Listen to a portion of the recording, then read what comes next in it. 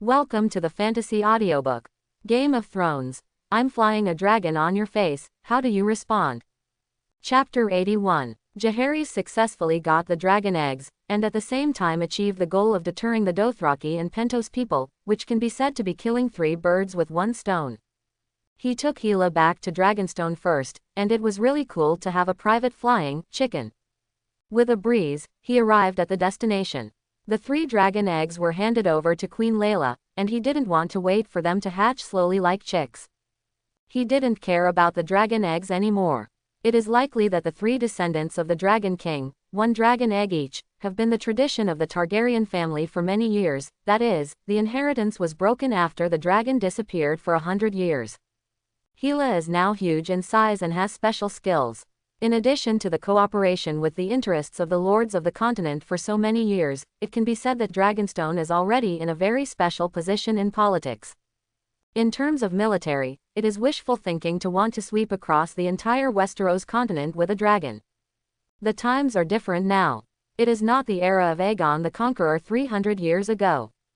An integrated Westeros continent, a united 7 kingdoms, with more than 200,000 soldiers and horses. The number of ships is even more numerous.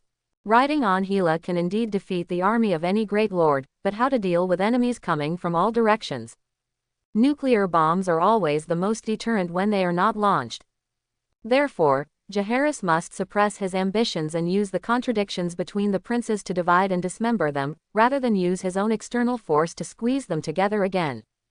After 12 years of working hard to govern, the continent has stabilized significantly, and Robert has also caught up with the good time. A long summer directly brought peace and prosperity to the country and the people, allowing him to sit firmly on the Iron Throne. Direct military confrontation is no longer advisable.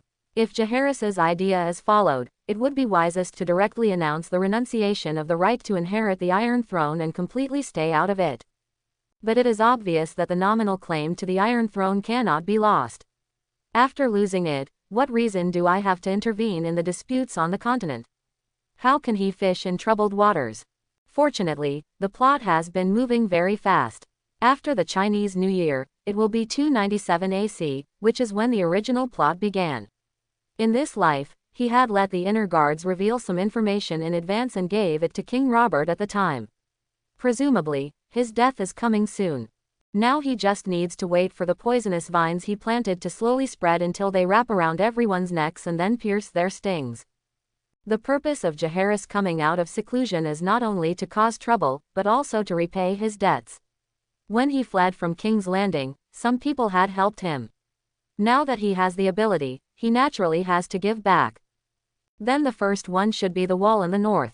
According to the intelligence of the inner guards, a considerable number of people in the Red Castle chose to wear black clothes at that time, so he had to go to the Black Castle after all. And he also had to go to Winterfell in the north. According to the original plot, Jon Snow was the illegitimate son or the legitimate son of Rhaegar and Lyanna. It was obviously not convincing to rely on a book that Samwell Tarly and Gilly had read. Moreover, the inheritance law of the Targaryen family has been quietly changed and redetermined by Queen Rhaella in the form of oath and Queen's decree. The decree was redetermined in the royal charter after her coronation. No one except herself and the Prime Minister knew about it. So whether it is Aegon who is lost or Jon Snow, the rights and status of illegitimate children and legitimate children are equal. Even if both of them are legitimate children, the first heir of Queen Rhaella in people's cognition has quietly become Viserys. The legendary Jon Snow, one of the few protagonists who survived to the end, how could Jaehaerys not visit him before he went to the wall? He asked people to prepare the weapons and equipment, food, dried fish and canned food, wool and other materials donated to the wall to be loaded on ships and sent directly to Eastwatch. Arrange the horse management personnel on the Andes Plain. These personnel had actually been recruited during his retreat. The first batch of bred horses and trained knights had exceeded 1,000 people. They had undergone long-term training in Dragonstone, Tidehead Island and Crab Claw Peninsula. There were also 3,000 reserve cavalry waiting for the horses to be in place. Over the past 10 years, Dragonstone has built thousands of armored horse armor and heavy armor, just waiting for their owners to wear them to conquer the world. With the Queen's order, the fleet loaded with food, weapons, wood and stone immediately set off for the Andes plain. At this moment, it has been renamed Forteland, meaning a rich place. The governor is appointed as the chief officer, and the term of office is tentatively set for 3 years. He himself rode Gila again and headed straight for the north. Winterfell in the north. Lord Bronze Yone of Runestone City in the Vale happened to send his youngest son, Waymar Royce, to Winterfell, where he would follow Benjen Stark, the chief ranger of Castle Black, to the wall. For this purpose, Lord Yone brought many supplies. He received a warm hospitality from the Duke of the North in Winterfell. Just as Ned was toasting the king, a dragon roar came from afar. Dragon! The dragon is coming! Be alert! The screams of the soldiers came from the tower. Lord Ned and his children climbed up the tower, and saw a golden dragon hovering in the sky. Lord Eddard, is this how you treat guests? A silver-haired boy on the dragon's back shouted loudly. Northerners treat friends with good wine and enemies with swords and guns. I wonder if His Royal Highness the Prince of Dragonstone is a friend or an enemy this time. Ned responded to the figure. Of course we are friends. Jaehaerys smiled heartily. He let Gila stop on a burned and abandoned tower, and then slid down the dragon's wings to the city wall. Can you ask the Duke's men to put away the crossbows? Although my little dragon is not afraid of these toothpicks, it hates others pointing them at it. Ned calmed down and waved his hand to let the soldiers put down the crossbows, but did not let them leave. Okay, let me introduce myself. I am the son of the legitimate queen of the Seven Kingdoms, Jaehaerys Targaryen. As expected, Lord Ned, this is the first time we meet. Your Highness, you have come from afar, I wonder what you are doing? Ned asked. Even though it was the long summer in the south, it was still cold in the north. Ned had heard that Dragonstone had been doing business with some lords in the kingdom in recent years, but he couldn't think of what was worth a prince coming from afar and risking his life to come here in Winterfell. Was it not for that matter? Lord Eddard, why don't you ask me to get some food first? The cold air in the north is freezing me, Jaehaerys said with a smile. Ned thought and nodded, and invited him into the hall. Guests are guests, and some things cannot be avoided. Are these Lord Ned's children? Jaehaerys looked at the 6 little ones. The tall one with red hair should be Robb, the one with brown hair should be Jon, and there are the 3 fools, Arya, Bran and Rickon. The young man in the distance who always has a mocking smile on his face should be Theon Greyjoy. Sure enough, when Ned introduced them, it matched what he thought. I wonder who this lord and young master are. Jaehaerys saw the other guests. This is Lord Jon Royce of Runestone City and his son Esser Waymar Royce. Ned could only introduce them. So it's the famous Bronze Jon, I've heard of him for a long time. Jaehaerys smiled with a reserved and polite smile. This man is just a minor role. But his son, if I'm right, is the unlucky guy who died at the hands of the White Walkers at the beginning, right? Really interesting. Add more wine, turn on the lights and resume the feast. When Jaehaerys saw Catelyn Tully, he nodded and saluted. For the prince, this was enough. Of course, he could also kiss her fingers, but this woman was a little stupid, but she was much better than her sister. According to the intelligence of the Inner Guard spies, Robert Arryn might not be Jon Arryn's biological son. After all, his hair color and eye color are obviously different from his parents. Jon Arryn has blonde hair and blue eyes, and Lisa Tully and Catelyn Tully in front of him both have the typical red hair and blue eyes of the Tully family. But how can the child born have dark brown hair and green eyes? On the contrary, Lisa's lover, Petter Baelish, the current Minister of Finance of the Iron Throne, has dark brown hair and gray-green eyes. Haha, it's really interesting. I don't know if Jon Arryn ever thought that his heir might be someone else's when he found out the genetic characteristics of the Baratheon family and thought that none of Cersei's 3 children were Robert's.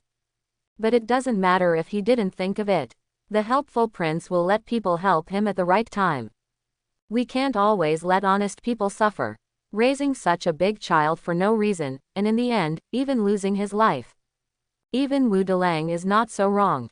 Littlefinger is more cruel than Exum Ching. Chaos is the ladder to rise. Now Littlefinger wants to say this, but it depends on whether Jaehaerys is willing to give the ladder or remove the ladder halfway.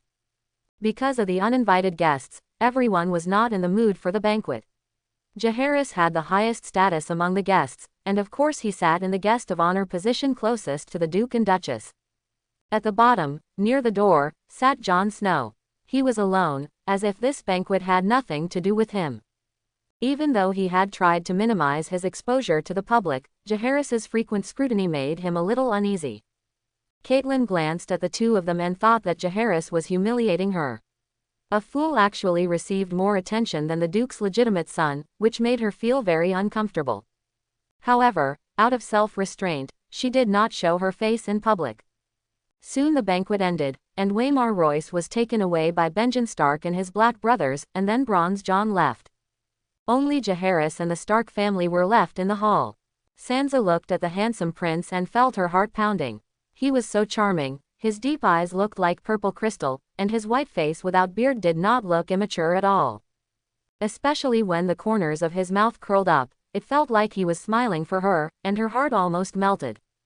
When he rode a dragon and faced thousands of troops alone without fear, he perfectly matched her image of the Dragon Knight Prince Aemon. Gods, there is such a perfect man in the world. She chatted with her sister in a low voice and casually, but her eyes never left the prince. Ned asked Catelyn to take the children back to the room, but the children were reluctant to leave. This was the only dragon rider in hundreds of years. Who hadn't heard the story of dragons and dragon riders from the old nanny? Finally, Catelyn had to take the attitude of a housekeeper's wife to let the children go back dejectedly, while Jon Snow huddled in the shadow of the corner. If he hadn't been afraid that Catelyn would think he was rude and cause trouble for him, he would have sneaked away long ago. My lord, I think we might as well let Jon Snow stay and listen to our next conversation. After all, I think he should have the right to know. What do you think? Jaehaerys sipped the summer red wine in the silver-inlaid amber cup, but his words were shocking. In an instant, a flash of lightning flashed through the minds of Ned, Catelyn and Jon. Ned clenched his fists and knocked over the plates and wine glasses in front of him. The red wine stained his gray front, reminding him of more than 10 years ago. Catelyn grabbed her dress tightly. She was furious. Her face was pale and twisted when she turned her back to her husband. This was the pain she could never let go of. Was it the woman named Ashara? But what did this have to do with Targaryen? She wanted to stay, but she was afraid that when the truth was revealed, she would not be able to withstand the blow of the truth. She took a deep breath and scolded the children in a trembling but stern tone to leave the hall and return to their rooms. Then, without even looking at Jon Snow, she left. Your Highness, do you know something? Ned asked in a tone as calm as possible. Ha, Lord Ned, I have to say that Lord Howland Reed is really a magical magician, but that's all. Jaehaerys said slowly. Ned looked at Jaehaerys in disbelief, as if he was looking at a monster more terrifying and hideous than a dragon. I don't understand what you are talking about. He forced himself to calm down. Oh, are you sure you want me to make it clearer? 14 years ago, the Tower of Joy. Stop it, stop it. Ned couldn't help but stop him loudly. Jon swore that he had never seen his father so vulnerable. He was always like the ice and rock of the north, and his stern face only showed the perseverance of the northerners. 14 years ago, when I was born, where was the Tower of Joy? Jon thought. Jon, go out, let me be alone with His Royal Highness. Ned said to him, this is an order. Jon had no choice but to push open the door and leave. He wanted to go around and eavesdrop, or maybe he could lie on the windowsill or the roof like Bran and secretly sweep away the snow. Anyway, fools never have any honor, right? But he never had the skills of Bran. Hey, Jon, Bran whispered from the roof, don't you want to listen? Jon certainly wanted to know, but compared to that, he didn't want Bran to know even more. In a vague way, he thought he should escape and not listen to any words they said. I should go to the wall with Uncle Benjen today, put on black clothes, and make the oath of the Night's Watchmen under the weirwood. Bran, you leave too. Otherwise, I will punish you and not let you climb the top of the tower for a year. Ned's voice sounded again in the house. Bran shrugged and whispered to Jon. You messed it up. Then he ran back to the narrow window of his room along the roof like a monkey. Now, except for the two Riddlers, no one knew what the people in the room were going to say, and Jon couldn't help but breathe a sigh of relief. Jaehaerys looked at a corner of the room with a half-smile, chameleon. He whispered the word in his mouth. Ned was struck by lightning when he heard this. His face turned pale. After a while, He looked at the prince again. Your Highness, do you know what the consequences of this are? Hee, Lord Ned, don't think too much. Now that we have Dragonstone in front of us, his existence is not a problem at all. The purpose of my trip is not to take him away, but just to find an answer that has puzzled me for a long time. Now that I know the answer, there is no need to come again. Oh, by the way, you may not know that Dragonstone has now converted to the Dragon God. If possible, I hope you will not stop the Dragon God's servants from spreading his faith in the north. Jaehaerys paused. Also, this Dragon God amulet is my gift to Jon. Please pass it on to me, Lord Duke. Jaehaerys handed a pendant carved from obsidian to Ned. I can choose not to stop your gods from spreading in the north, but Jon was raised by me. He believes in my gods and will never believe in your gods. Your gods are just a bunch of chickens and dogs. They just live long enough. Jaehaerys looked down on them. Now I kill them like killing chickens, but I didn't say it. He stuffed the amulet into Ned's hand, and the matter was settled. He left that night. When I saw Jon Snow, I finally understood why Howland Reed, a mediocre man, was able to survive the Battle of the Tower of Joy. Why did Ned say that if it weren't for Reed, he would have died at the hands of the Kingsguard? The little Marshlander did not expect that he had such a skill. He was indeed a little surprised to be able to summon the gods to descend in the far south. The old gods must have paid a heavy price. No wonder Howland Reed did not appear later. He probably did not dare to leave the Neck Marsh. Of course, if Jaehaerys had not achieved immortality and had a little more enlightenment in his soul, he would have made a mistake. It is not surprising that in the series, when Melisandre saw Jon Snow, she realized that she was really wrong. Under Jon Snow's obvious Stark appearance, the purple eyes of the Targaryen family were hidden by magic. Under the effect of magic, Jon's eyes gradually turned into the brown of the Stark family. As for why Ned went to find Miss Ashara Dane to return her brother's sword, it was more of a cover-up, because Miss Dane also had brown hair and purple eyes. Jaehaerys didn't want to delve into why Ashara would rather die. He just needed to make sure that Jon Snow was indeed Rhaegar's child. As for other things, he didn't want to dig deeper. Perhaps Ashara did lose her virginity to a Stark, but this Stark was not necessarily Ned. He stepped on the wall of Winterfell, climbed onto Hela's back, and flew into the sky and headed north as the dragon roared to the sky. But although he left, he brought a lot of trouble to the Stark family in Winterfell. Catelyn didn't sleep all night. She needed to wait for an explanation from her husband, but she didn't see him until the next morning. Finally, the servants found Lord Ned, who had been kneeling all night in the Godswood. Arya and Bran laughed and played the game of Dragon Riders. Sansa's face was full of peach blossoms, obviously she hadn't come out of her fantasy yet. Robb went to find Jon, and they have always had a close relationship. Finally, Catelyn had to sigh. She still resented her husband and the illegitimate child in her heart, but from yesterday's conversation, her husband seemed to have something to hide, and the illegitimate child seemed to have many unknown secrets, and she was afraid that after revealing this secret, it would bring disaster to the Stark and Tully families. It's better to let him go as soon as possible, whether he goes to the Wall, the Citadel or Essos, anyway, don't let him affect their family again. Jaehaerys rode the dragon Hela over the gift. It was dark and snowy, and it was cold at high altitudes. When he passed by the crown town, he decided to land and rest. Even with his physical fitness, he still felt a little uncomfortable flying in the sky. He has long been immune to cold and heat, but who doesn't want to overlook the small mountains and rivers above the clear sky? The town of Queencrown had long been in ruins. It had once hosted the kind Queen Alysanne and her dragon Silverwing, so people painted the battlements of the tower golden. Later, wild raiders often invaded the town, and the residents gradually moved away, and the place became increasingly deserted. He let Hela hunt freely. To the east of the King's Road were endless mountains, where more than 40 mountain clans lived, and there were countless bison, elk, and brown bears. Here Hela could find food that suited her taste. The next morning, the burping dragon flapped its wings and returned to its master. Sparks spewed from her nasal cavity, lighting the pile of firewood in front of Jaehaerys. He roasted a grouse with firewood, cut the chicken into thumb-sized pieces, and inserted the matsutake dug from the ground in between. As the flames roasted, it gave off a rich fragrance.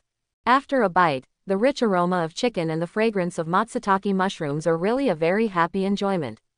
It would be even better if there is a grilled bear paw at this time.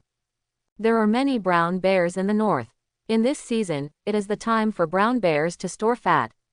Unfortunately, although this place is located at the source of the end of the river, the salmon that swim upstream to spawn will not swim here at all. They are mostly concentrated in the area of Gushan, thus attracting all the brown bears within a radius of hundreds of miles. He patted his greasy hands. He had no spiritual power and could not even use the spell to clean his hands. It was really inconvenient. At this time, flying in the air, he could already see a long white line in the distance. Gradually, the white line became higher and higher. Under the sunlight, the entire Great Wall was crystal clear and beautiful. The wall was very spacious. He estimated that it was about the width of a two-way four-lane road. He did not dare to ride a dragon to climb the wall rashly. After all, he was not here to be a bad guest. It's different from going to Winterfell to solve Stark's puzzles. He just came here for sponsorship and to repay his debts. I believe that the Crow's Nest in Castle Black has received the letter from Dragonstone, which is enough supplies for a large Caesar flying shear merchant ship. Jaehaerys couldn't believe he couldn't get a warm welcome from the Night's Watch at Castle Black. When the dragon descended on the open space outside Castle Black, countless night watchmen in black clothes and black cloaks poured out of the castle. On the 700-foot-high wall, some people poked their heads down to look down from time to time, wanting to see the western scene for the first time.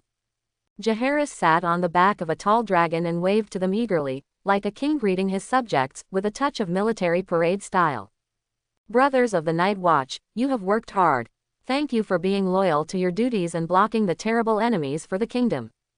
Jaehaerys stood talking without pain in his back, but the people in black all had tears in their eyes. Oh my God, the scales of this giant dragon can't be pure gold, otherwise why would they be so dazzling? Lord Commander Jeor Mormont has the greatest enthusiasm for all nobles who are willing to donate materials. Since joining the Night's Watch, the past has been wiped out. Even though he had been in the usurper's camp and participated in the Battle of the Trident, it was not that he had any ill feelings towards the Targaryen family, he was just serving his lord. The two sides exchanged a few pleasantries, and Jaehaerys stated his purpose. When he escaped from the Red Keep, some guards had helped him leave without hesitation. Those who died were not counted, and many of those who survived were exiled to the Wall. The Night's Watch is an extremely special existence in Westeros, and his inner guards have not yet been able to place their intelligence network there. The north is bitterly cold, and the Wall is even more difficult. The inner guards believe that there is nothing worth working on except guarding against wildling raiders. This view is not wrong from common sense. For Southerners, the so-called White Walkers, giants, and children of the forest are just legendary things. Jaehaerys believes that he can guide the ideas of the inner guards and the Queen's Council, but he cannot interfere too much. As long as it is within the reasonable range, his subordinates must have their own work ideas. He cannot take care of everything. It is too tiring to be a steward like that. And haven't the inner guards done a good job in the past 10 years? The overall development of Dragonstone is booming, which shows that the Queen's ministers are also fulfilling their duties. Old Bear expressed his understanding. Gratitude has always been a good virtue of knights. He asked the officer to call all the Red Keep guards who were exiled to the Wall by Tywin Lannister during the Usurper's War. Some of the Night's Watch had already recognized Jaehaerys. At this moment, they all stepped out after hearing Old Bear's order.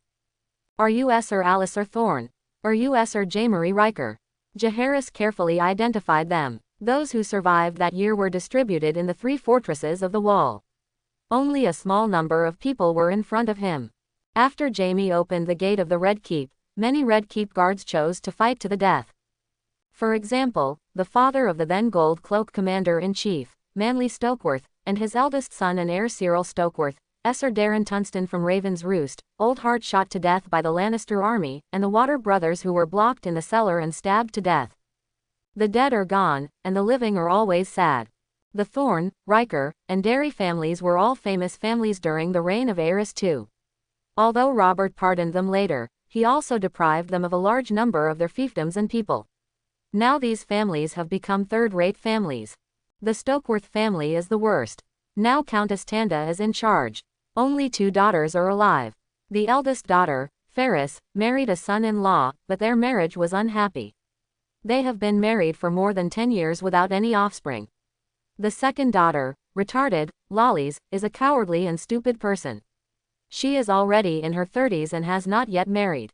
According to the intelligence report of the Inner Guard, Countess Tanda has been looking for a suitable husband for Lollies in recent years. She has found Littlefinger and Tyrion Lannister successively, but the people of equal status do not like her. She has become a joke of the king. The Derry family also suffered the same fate. People who have fought for our Targaryen family have such a miserable end. Jaehaerys will never allow it. The heart of a loyal minister must not be cold. Dragonstone will give back the hard shoes Robert put on them. Alliser Thorne is now the instructor of the new recruits in Castle Black, and Jeremy Lake is a famous ranger. Jaehaerys hugged the 2 of them separately.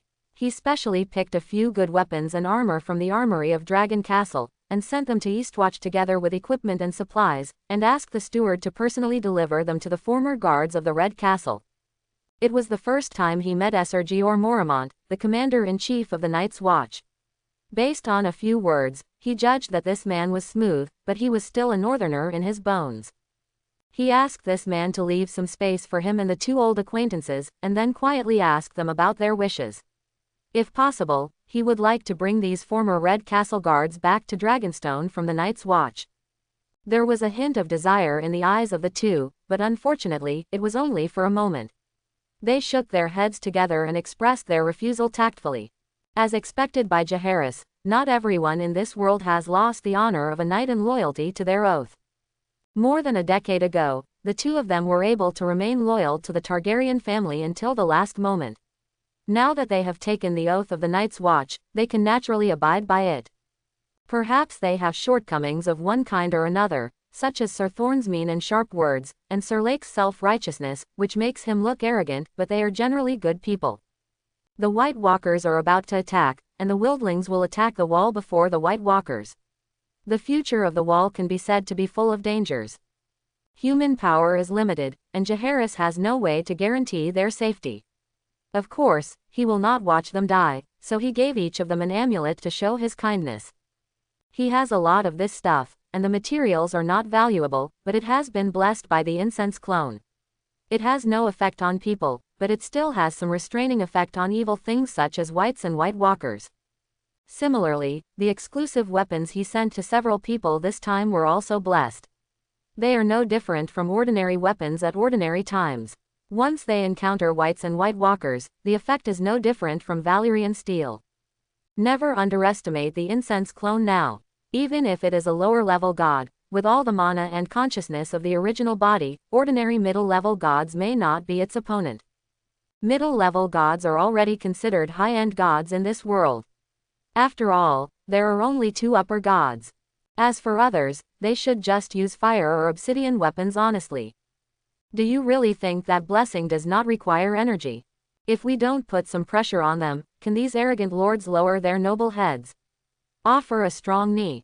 At dinner time, Jeor Mormont arranged for the official to invite Jaehaerys to attend the banquet at Castle Black. It must be said that the Great Wall is absolutely not short of supplies now. Thanks to the stability of the kingdom and the 10-year-long summer, the fiefdom of the northern lords also won a good harvest. Although the gifted land of the Great Wall is sparsely populated, the Great Wall also has few soldiers, so the supply can still be guaranteed. At the banquet, the old bear implicitly expressed the request for conscription from Dragonstone and other places. Jaehaerys certainly agreed to this. As the economic momentum of Dragonstone continued to rise, many smugglers and tax evaders were also punished. The Dragonstone customs punished these people quite severely, thanks to the arrangement of former Admiral Tredemont. Dragonstone's tax collection ships and anti-smuggling ships are all from the Caesar's Rapid Response Fleet. On the sea, no smuggling ship can escape its pursuit. Now Dragonstone's prison is overcrowded, and these people have more or less been influenced by the dragon god's faith. Instead of letting them atone their sins through labor year after year, it is better to let them spread the dragon god's faith to the Great Wall. It can be regarded as a waste utilization. Both parties agreed on the location and method of personnel handover, and the banquet came to an end. Jaehaerys found an opportunity to spend time alone with Old Bear. By the way, why didn't I see your maester at the dinner? Are you talking about Maester Emmon? He said he was feeling a little unwell.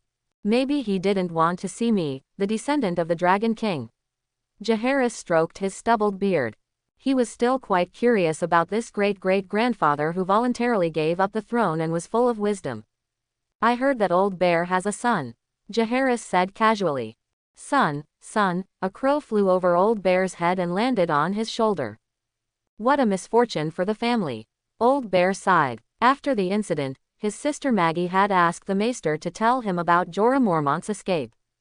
If I were not a night watchman, I would definitely go to Essos to bring this rebellious son back. The Old Bear did not hate his son for violating the law by participating in the slave trade, but hated him for not taking responsibility and not even having the courage to take responsibility for his own mistakes.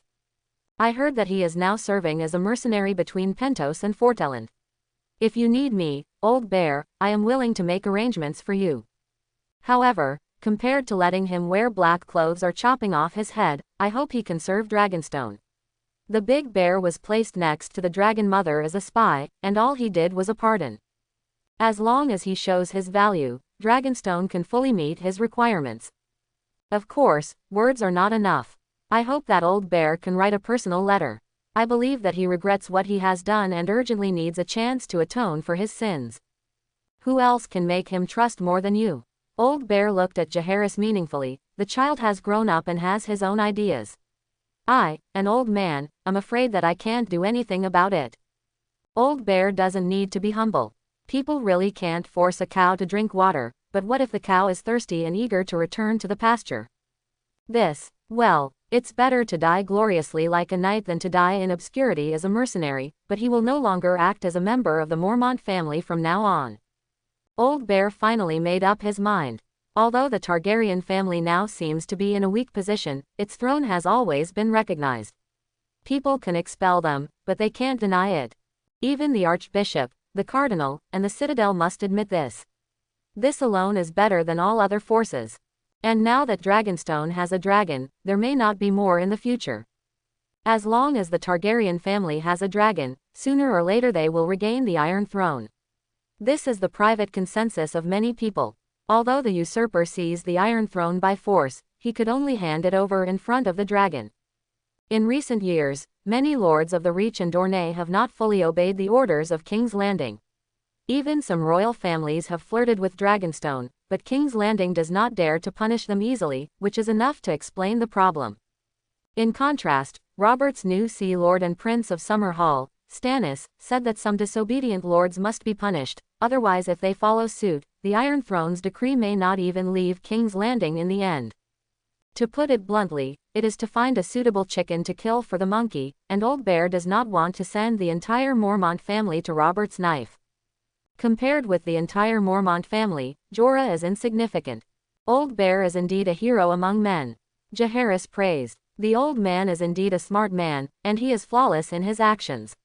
He is worthy of being the commander-in-chief of the Night's Watch. Don't worry, Old Bear. Jorah is a talent. Even in Dragonstone, I have heard of his great reputation among mercenaries. Now Dragonstone is short of talents in Fortellend. Even if he joins our camp as a commoner, he will surely stand out soon. Old Bear wanted to say, don't. People are afraid of fame and pigs are afraid of being fat. He just needs to be an unknown knight quietly. But things have come to this point, and there is no point in saying more. Old Bear had no choice but to accept the reality and immediately wrote a handwritten letter to Jaehaerys. Jaehaerys saw Old Bear's concerns, but did he need to explain? It is not so easy for the Dragonstone army to stand out now. Before the retreat, Dragonstone tried every means to find thousands of orphans and widows from the mainland. Their fathers and husbands died in the War of the Usurper. Many of them were sons of knights and lords, and had a certain military foundation. With the establishment of the Dragonstone Military School, these orphans were given systematic military theory training and military practice training. The best of them have now grown into grassroots officers in the Dragonstone army. Those who lack a little ability will be replaced by newcomers with stronger abilities after a few years.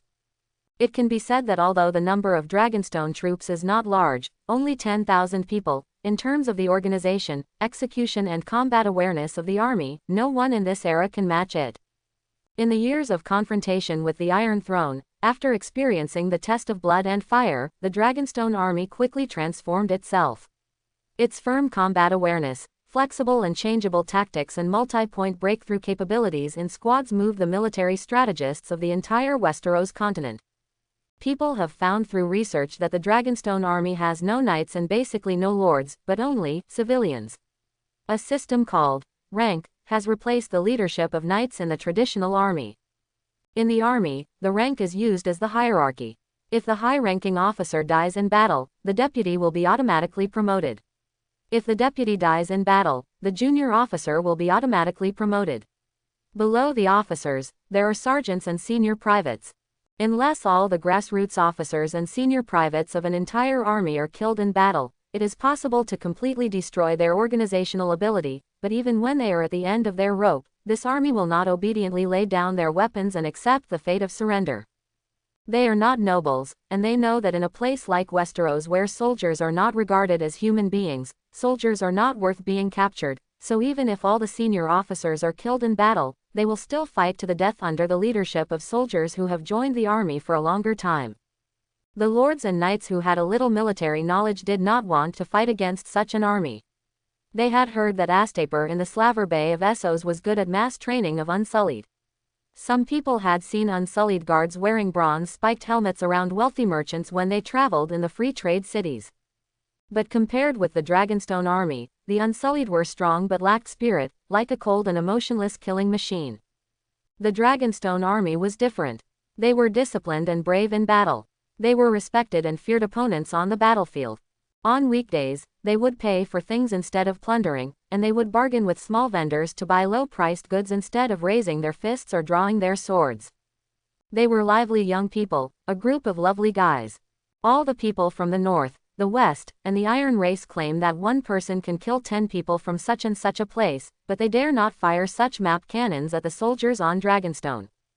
On Dragonstone and other islands in Blackwater Bay, including the Crab Claw Peninsula, Cape Marseille, and even on the continent of Westeros, when you see soldiers with the three-headed dragon emblem embroidered on their chests, no matter how reckless or reckless you are, even the trouble-making UZ will just keep his mouth shut.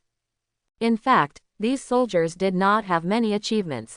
At most, they had a big fight with the soldiers of Storm's End and King's Landing. At the door of Lord Lake's house in Duskendale, a small team killed a group of Lannister relatives.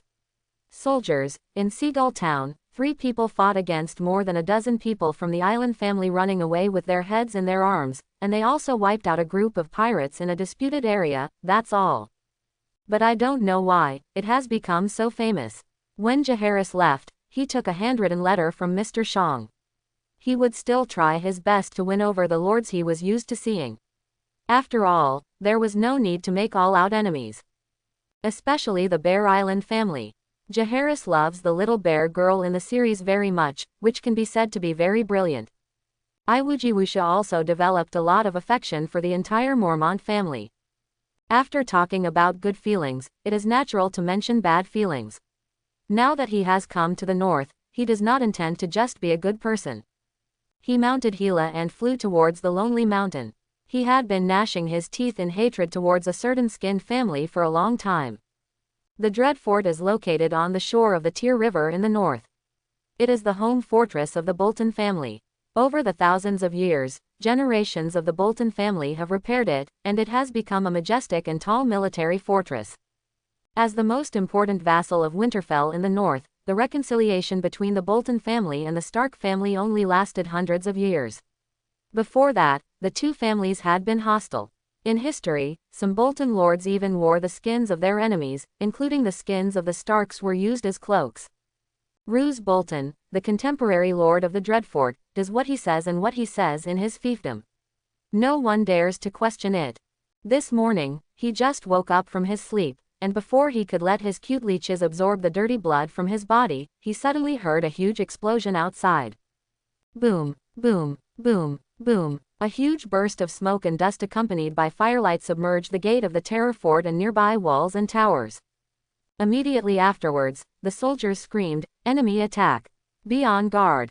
He quickly put on his cloak. Enemy attack. Where did the enemy come from? Kaor or Winterfell, or the Wildlings? A huge wind noise blew through the courtyard, and with a roar, a huge figure landed on the top of the main castle. Roar. The dragon's roar, mixed with lava-like dragon flames, completely burned the remaining towers to ashes. Roose Bolton's already pale face looked like a dead person in an instant. With a livid face, he asked his guards to quickly gather soldiers, and at the same time arranged for the maester to release crows and ask for help from Winterfell and King's Landing. Dragon. Which other force has a giant dragon now? Isn't this already obvious? I hope that my soldiers can drive away the dragon and block the Dragonstone army from the ruins. In this regard, he knew that the chance was slim, but the ants still managed to survive. His eldest son passed away inexplicably last year, but fortunately, he still had an illegitimate son. Although I hate the continuation of such a dirty bloodline, it is better than complete annihilation. He quickly arranged for his attendants to hide the fool in the secret passage leading to the Godswood outside the castle, in case something unexpected happened. Roose Bolton, why don't you come to see me? Jaehaerys was furious, and his loud voice directly suppressed the chaos in the entire castle. Roose Bolton had already figured out at this time that the incoming army on Dragonstone only had one man and one dragon. What is this operation? Did you give someone a head? You know, the Iron Throne has now publicly given up the pursuit of the remaining Targaryens, but the secret battle has never stopped. After reacting, he instantly became angry again. You were looking down on me. You didn't use me as a dish. Even when Queen Mother Visenya flew to the Eagle's Nest City, she had no intention of taking the lead in using force. Just like landlords, isn't it a little too much for you to come up with bombs? I, Roose Bolton, descendant of the Red King and Earl of the Dreadfort, have met His Highness. He suppressed his anger, stood in the courtyard, and bowed to the Dragon Knight at the top of the main castle. Oh, you are Roose Bolton. Jaehaerys chewed his teeth and said. Before coming in the morning, he finally found a plump brown bear in the upper reaches of the Mo River. Unfortunately, it was not cooked properly and it had some teeth. I wonder if your highness is so condescending as to come to my poor and remote place to give you some advice. You don't know. Jaehaerys glanced at the person below. Let me ask you, did you rape a bride and hang her husband in your territory more than 10 years ago? Your highness, that's just a rumor. Besides, even if it's true, I don't know how it can be used as evidence for your crusade against me. Roose Bolton was a little confused and believed that this was the other party's excuse, and he just wanted to use this matter to cover up some ulterior purpose. I only ask you one question, do you recognize it or not? Jaehaerys looked at the castle with disgust. A steady stream of heavily armored knights began to gather here. Not far away, the soldiers raised their crossbows, longbows, and scorpion crossbows, aiming at themselves and Hela. How ridiculous. Roose Bolton ignored him. He waved his hands and ordered his men to shoot arrows. He destroyed the gates and towers of the castle alone. It was an undeclared war. Even if he shot the dragon and the dragon rider on the spot, what could Dragonstone do to him? The young man was too young after all. He accepted the dragon corpse and the head of the Targaryen male heir. Swoosh, swoosh, swoosh. Ding ding ding. The dragon Hela used her wings to protect her eyes and neck. Unlike other dragons, Hela's wing membrane was also covered with a thick layer of scales. When it folded its wings, it could instantly form a huge shield to protect itself from harm. Occasionally, a few arrows that passed through the gaps were either blocked by the scales on his body that glowed with a faint golden light, or cut off by Jaehaerys' long sword. As a young man, he mainly played a reckless game. Now that he has become stronger, he can get away with it.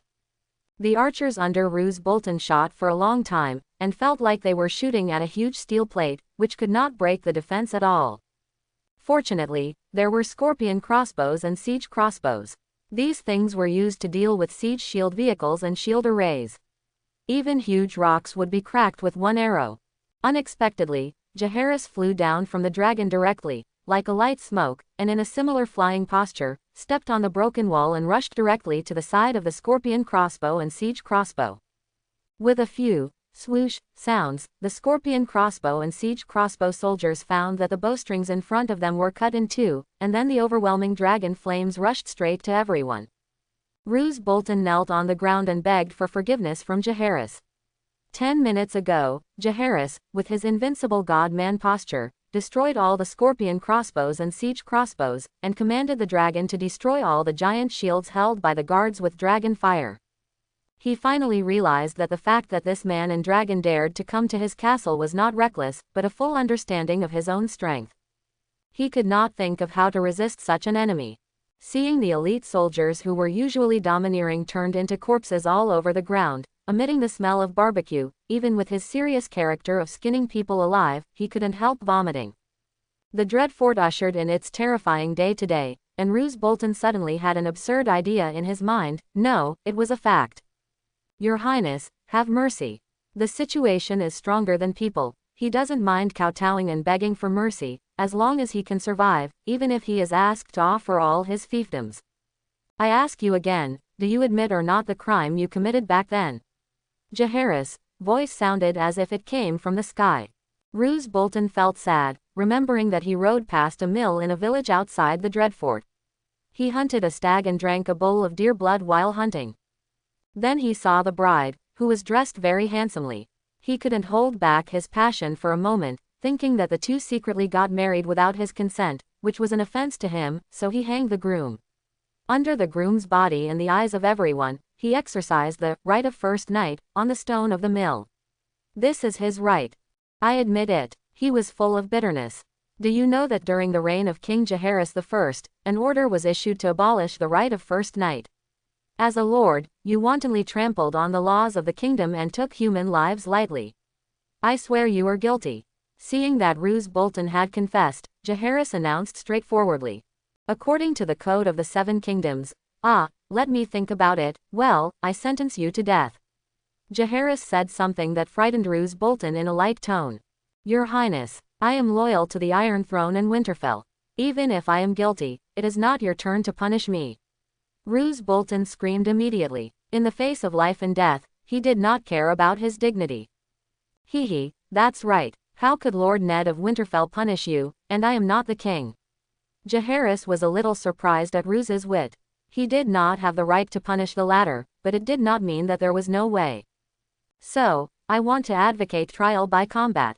Jaehaerys said. In front of the dragon god I believe in and the gods you believe in, if you can defeat me, it means that you are not destined to die.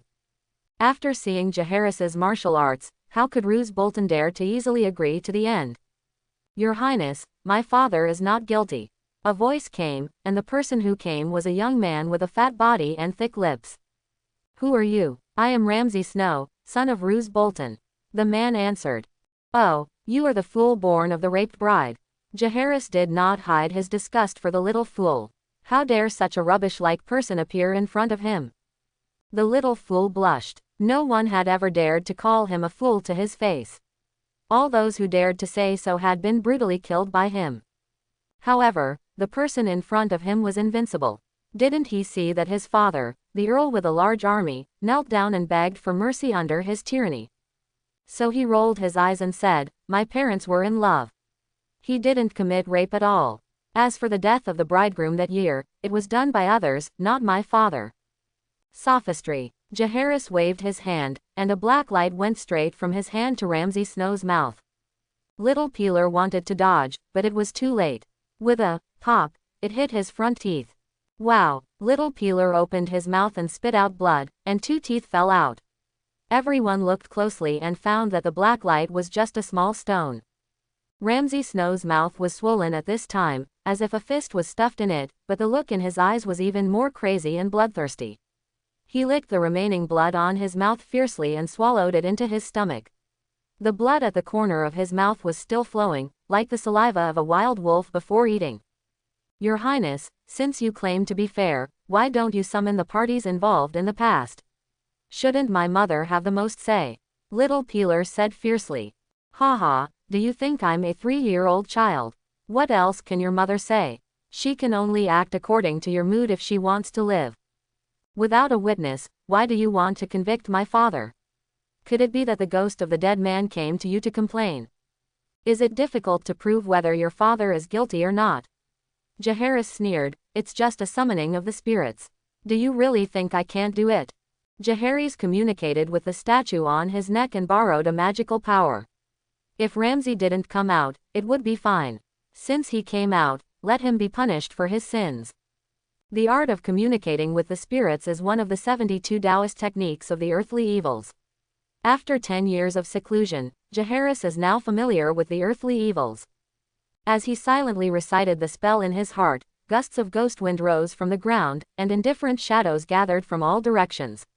They were haggard and their faces were ashen. They were the souls of those who died at the hands of Roose Bolton and his son over the years. The two were horrified. What kind of method is this? Is it a god? No, it is the method of the devil. Go, identify the people who killed you, and take revenge if there is a grudge, and take revenge if there is a grudge. The panicked voice came from Jaehaerys' mouth, allowing the dead souls to regain their consciousness for a short time. When they saw the people who had killed them in front of them, the memories before death kept repeating in front of them, and they immediately screamed and pounced on Roose Bolton and his son. One by one, the dead souls drilled into the bodies of the two, tearing and biting the transparent souls of the two, until the two lay on the ground wailing and rolling in pain. Finally, until the two people's life was weak, they knelt down to Jaehaerys one by one and left with satisfaction. It seems that these people who were killed by you still have kindness in their hearts. Jaehaerys looked at the father and son lying on the ground with sarcasm. Roose Bolton did not do much evil, and in the eyes of the dead souls, he was their lord after all, so they were satisfied to bite off a piece of his soul. Ramsay Snow has committed many evil deeds and killed countless people. His soul has been torn to pieces by many undead, and his life has been shattered. Even if he is barely alive, he will be stupid and foolish for the rest of his life and will not be able to do evil again. It can be said that he deserves it. Jaehaerys was satisfied. Since even the undead were willing to forgive Roose Bolton, he would naturally not dirty his hands. The sin here has been cleared, and he rode on the dragon again, riding the wind, leaving only the dilapidated castle and the soldiers and servants in a mess. Son, you are already 20 years old, you should start a family.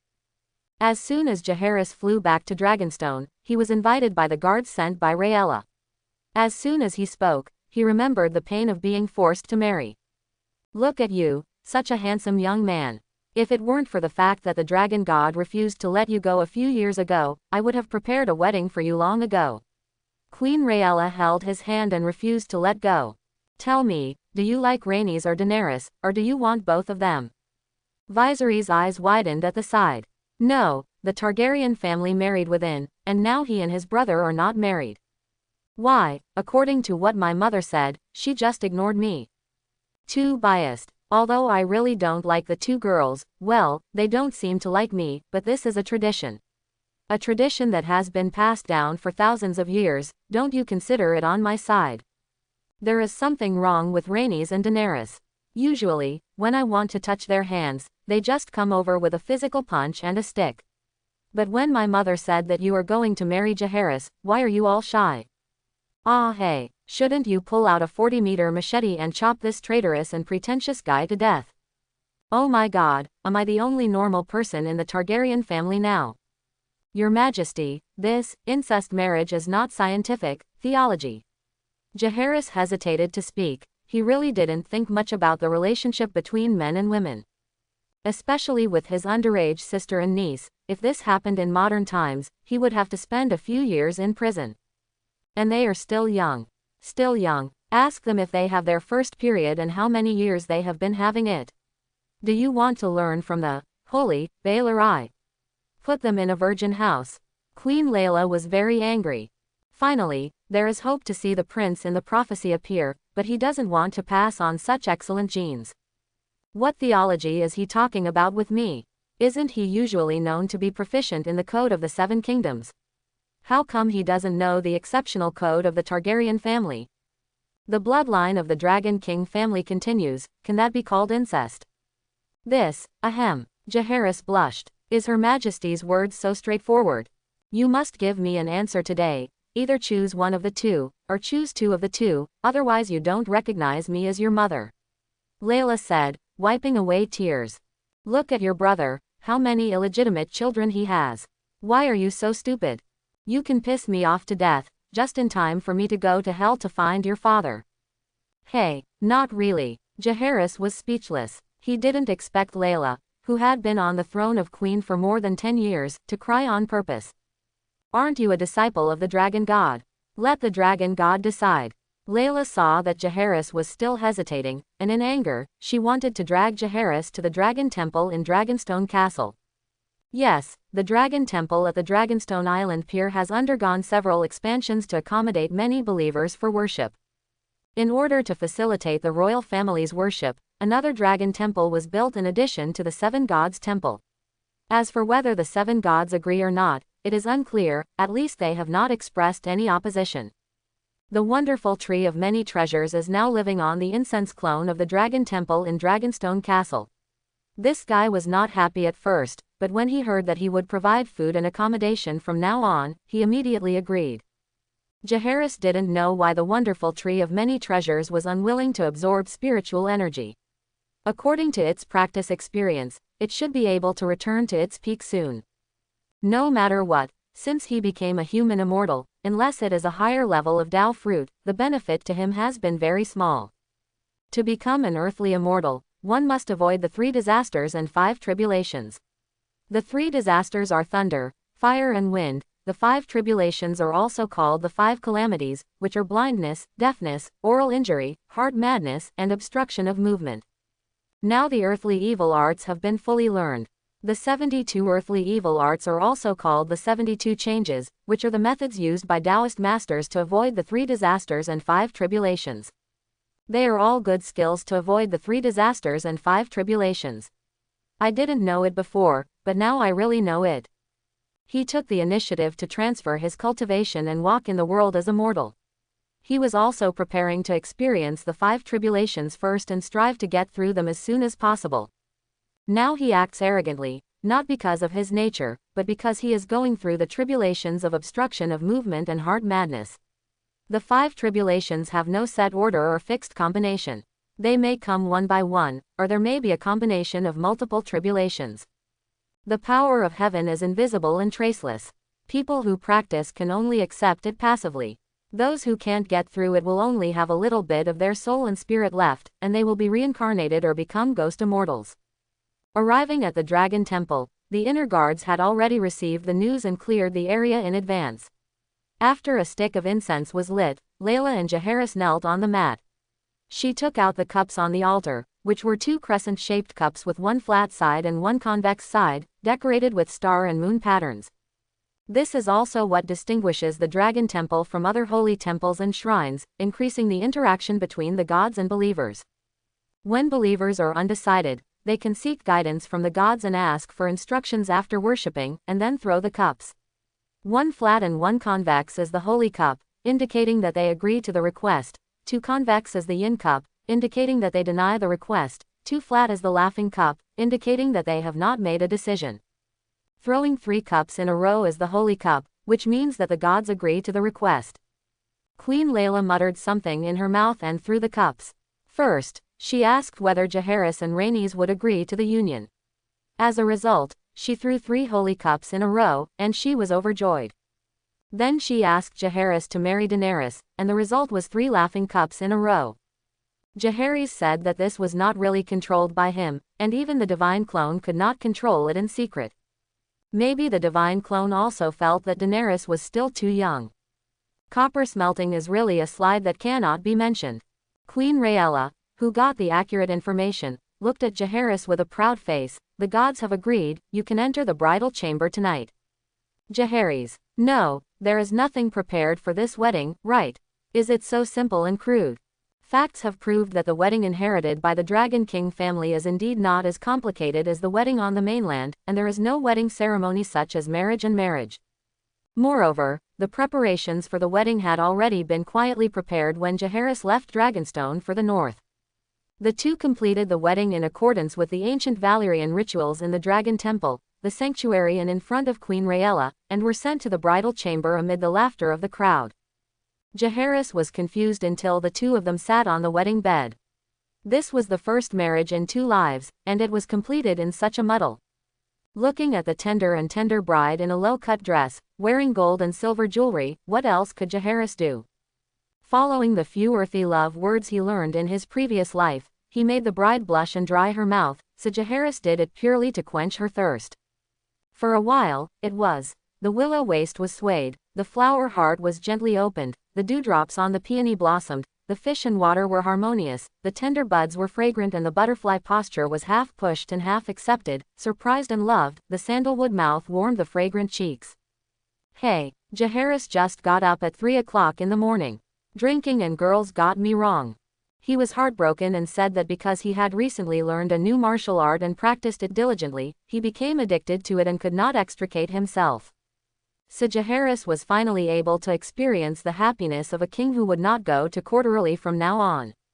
Fortunately, Jaehaerys had astonishing willpower and quickly pulled away from the beauty and focused his attention on the development of the situation on the mainland. We are close to the original plot. According to the latest intelligence from the Inner Guards have quietly spread the relevant rumors to the ears of Prime Minister Jon Arryn.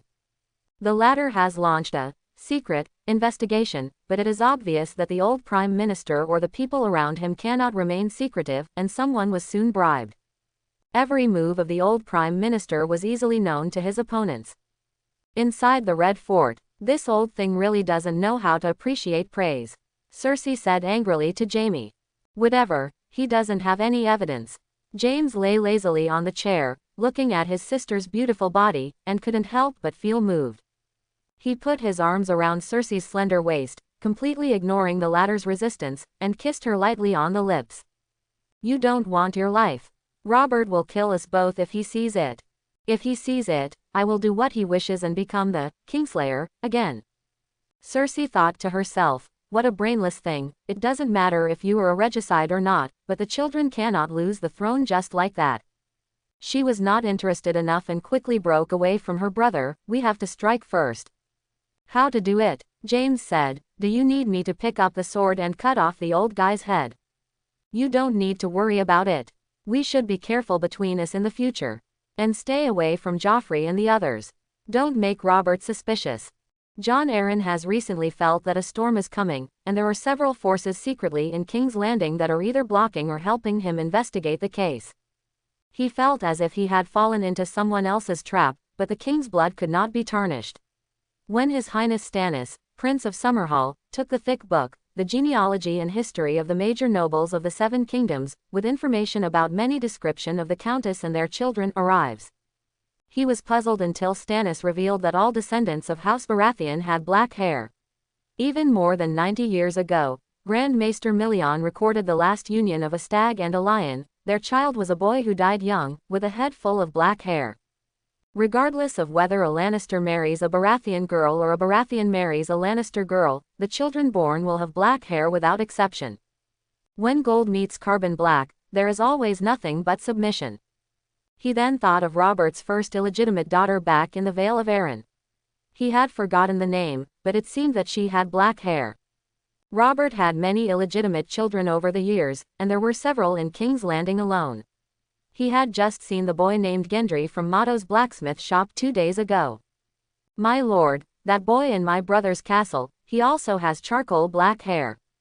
Stannis's words echoed in his ears repeatedly, making him feel dizzy.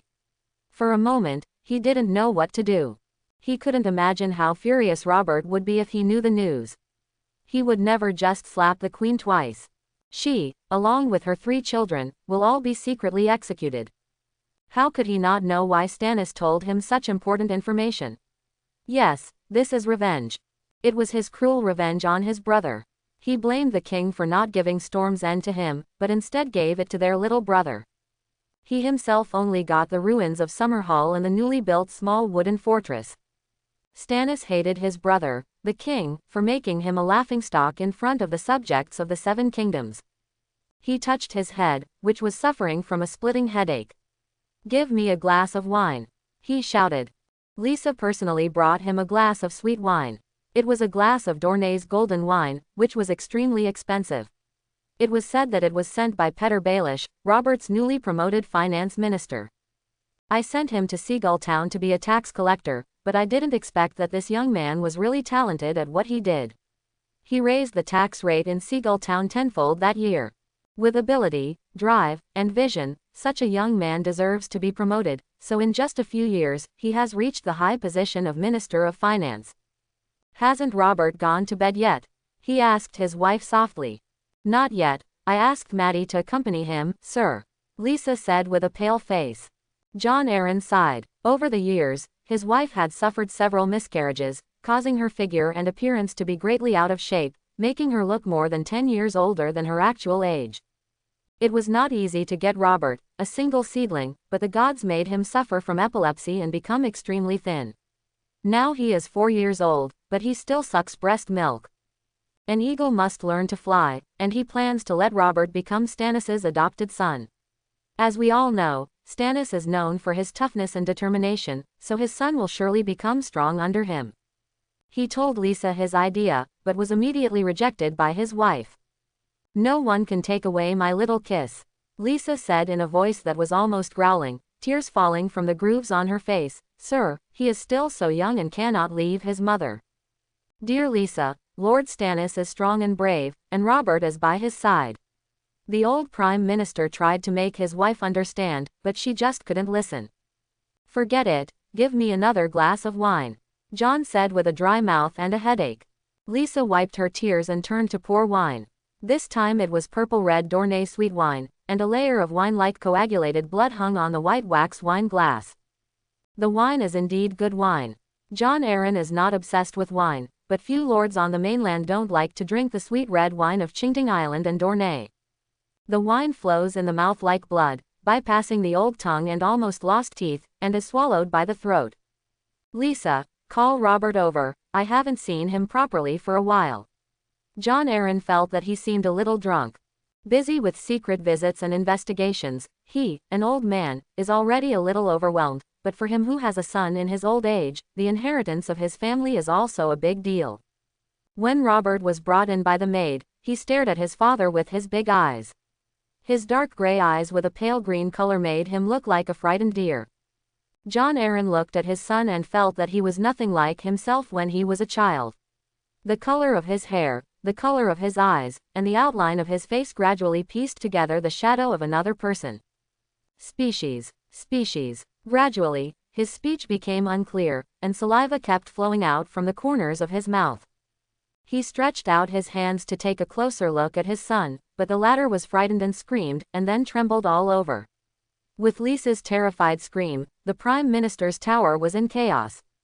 John fell to the ground, watching Maester Comyn constantly talking to him, but he couldn't hear anything at all, and his mouth uttered a few fragmented words weakly. When Robert Baratheon heard the news, John was lying on the bed, with a foul smell coming from under him, and the old man had already lost control of his bowels and urine. Your Majesty, the Prime Minister must have a gastrointestinal disease. I think he needs to clean his intestines and bleed him, Maester Comyn suggested. He had been doing this all night. Although he could not cure his lord, the situation did not get worse. Maester Comyn, you are right, but the Prime Minister is too old. I am afraid that vomiting will kill him in a short time, Pycelle said, stroking his long beard. But, go down, I'll take a look. Your Majesty, in my opinion, the Prime Minister is already at the end of his life. It is better to let him go peacefully and with dignity. Then the Grand Maester suggested. Robert held the old man's hand tightly with both hands, and his hands were burning hot. Robert, suddenly John regained some consciousness, kind, strong. He grabbed Robert's hand tightly, and the sound of incontinence came from his lower body again, and then his eyes widened, and his hands gradually lost strength. Chapter 91. Oh, John Aaron is dead. Jaehaerys was not surprised. When he arranged for the inner guards to constantly remind Stannis, Jon's death was already doomed. What Jaehaerys asked them to do was to inadvertently reveal certain characteristics of their past life's genetics. As for the inner security spies, they are well aware of those specious rumors. They never tell the secrets through their own mouths. They only talk about the shortcomings of the Jong family and the Lee family. As for what people who are interested can hear and interpret it. What the hell does Dragonstone have to do with him? Some people in King's Landing also started to add fuel to the flames, fearing that they would not be able to stir up chaos in the world. The fact is just as Jaehaerys expected, Littlefinger, Pycelle, and Cersei all appeared on stage, and they sang the first excerpt of the Game of Thrones. "Tell Long Yi, I want to eat fish," Jaehaerys ordered. "The bigger the wind, the more expensive the fish. After many years of planning, it is finally time to fish in troubled waters." The entire Dragonstone Island inner guard spies began to take action, a huge fishing net of conspiracies and lies headed towards the King's Landing net. Pycelle told Robert that Jon Arryn died because of his old age and the hot weather. Lord Arryn liked to add ice cubes to the wine he drank to cool down, which eventually led to cold stomach and diarrhea. His views are consistent with those of the young Maester Colemont of the Eyrie, but their treatment plans are quite different. Colemont advocates active treatment, while Pycelle recommends letting nature take its course. It was impossible to tell which one was better, and the next day when His Majesty Robert was preparing to send Robert Arryn to Tywin Lannister to be his adopted son. But it was discovered that Jon's widow Lisa Arryn had escaped from King's Landing with her son. "What a joke. Am I going to kill my adoptive father's only heir?" Robert became furious after drinking. What made him even more chilling was that even his biological brother, Lord Stannis of Summerhall, did not leave without saying goodbye. This hurt him so much. Fortunately, above the court, there are also Renly, the Minister of Justice, and Petter, the Minister of Finance whom he single-handedly promoted. They are all his confidants, so that he will not feel isolated and helpless. The Queen and Archmaester Pycelle kept nagging in his ear about the appointment of the new Prime Minister, giving him a splitting headache. "Duke Tywin, your father-in-law, has served as Prime Minister for more than 20 years. Under his rule, the country is peaceful and the people are safe. He is your best choice for Prime Minister. Listen to it, Lannister's daughter became the Queen, and if Tywin becomes Handel again, the entire kingdom will fall into his hands. The dance of the dragons 100 years ago is a lesson learned. The kingdom cannot lack a responsible Prime Minister," Robert said, "and I know who is the most suitable candidate, yes. I always knew it. Who are my friends and who are my enemies, I always know. A lion can never satisfy his appetite, but a wolf values honor more than life. Come here, prepare your bags, I'm going to Winterfell." He gave the order, and the entire King's Landing took action. Hundreds of heavily armed knights and thousands of golden robes began to prepare to break camp, accompanied by the fearless Barristan Selmy and Jaime Lannister of the Kingsguard. Before setting off, Robert asked the remaining Kingsguard and Renly to guard King's Landing to prevent a surprise attack on Dragonstone. Even though Dragonstone Island has not shown an aggressive posture in recent years, it is like a nail, nailed to the outlet of Blackwater Bay, turning the entire royal fleet into the Blackwater River Fleet. And they have always called themselves Queens of the Seven Kingdoms. Robert would never have left King's Landing if he hadn't known that his good friend Ned would never agree to serve as hand if he hadn't gone all the way to the north to recruit. When the Queen's Wheel Palace was ready, the graceful queen and her 3 children, who were also made of pink and jade, lived in the Wheel Palace. Robert ordered the mighty team to set off, and air vigilance must be maintained along the way. He was afraid that the dragon on Dragonstone might attack at any time. In fact, he was overthinking it. Dragonstone Island has been laid out for many years. If he wanted to seize the opportunity to take back the Iron Throne, the flying dragon would have attacked him and run away. What could he do? Jaehaerys's desire was great, and it was not just the gain or loss of a city or a land. It was easy to break the thief in the mountain, but it was difficult to break the thief in the heart.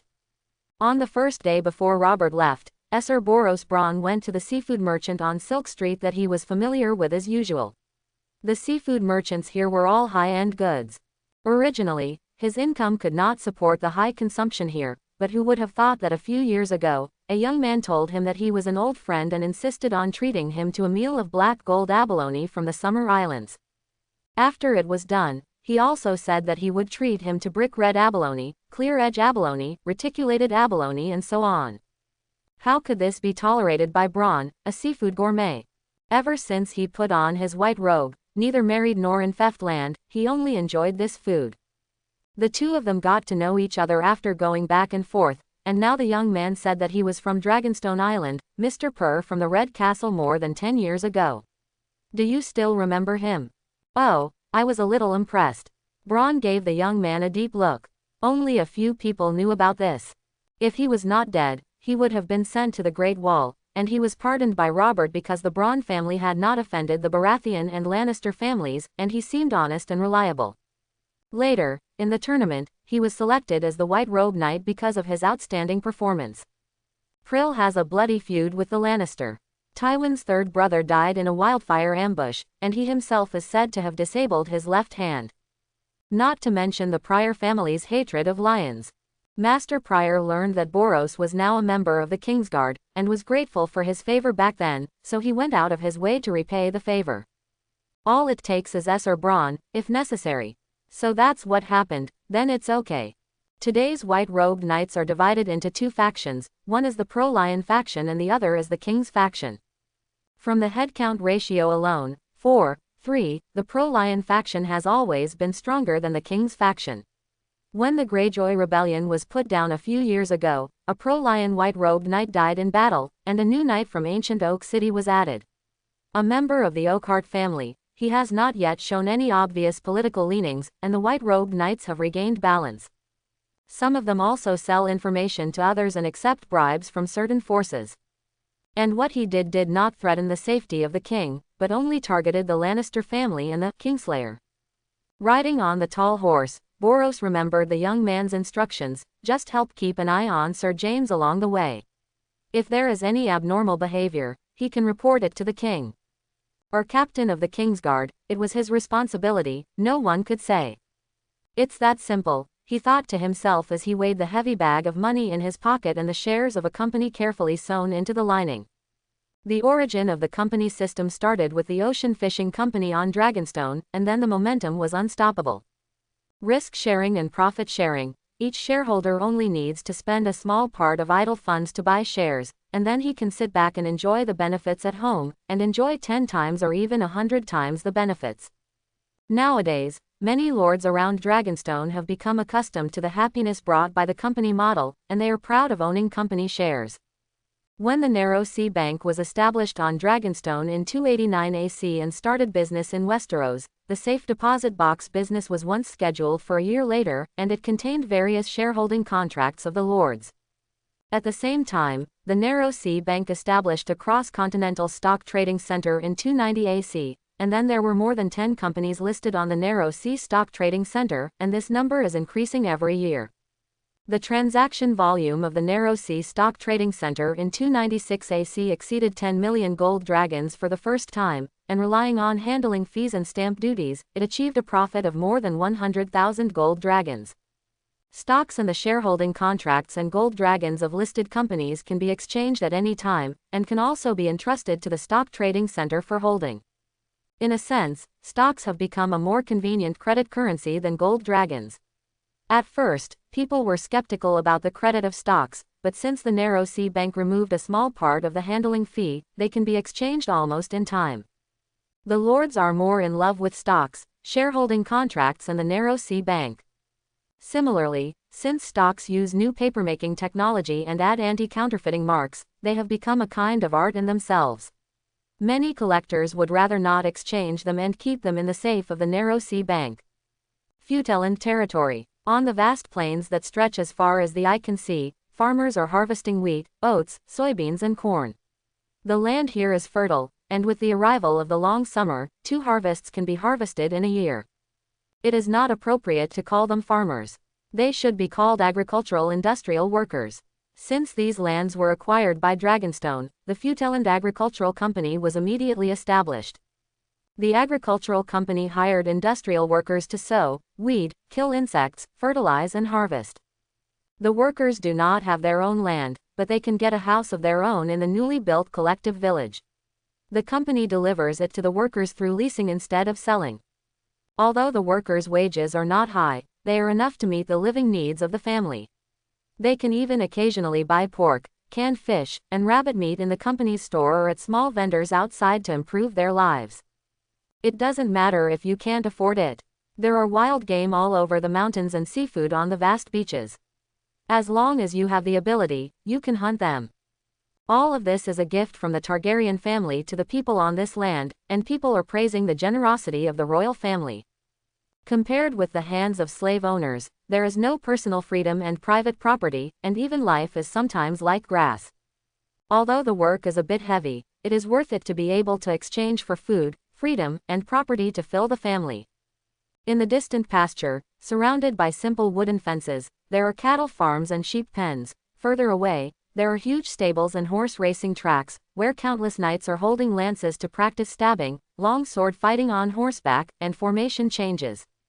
You must remember that S-shaped movement is the basic movement of equestrianism. When two cavalrymen are confronting each other, 30 degrees in front is the best attack distance. Through S-shaped movement, we can bypass the enemy's frontal attack. Horses have the nature of tending to the same direction when running. We use this nature to reach the left rear of the enemy, and we can poke their horse's butt unscrupulously. When Jaehaerys brought his newlywed wife Rhaenys and rode the private flying dragon Hela to Forteland, the Royal Cavalry Academy established here was also conducting primary teaching for the newly enlisted cavalry.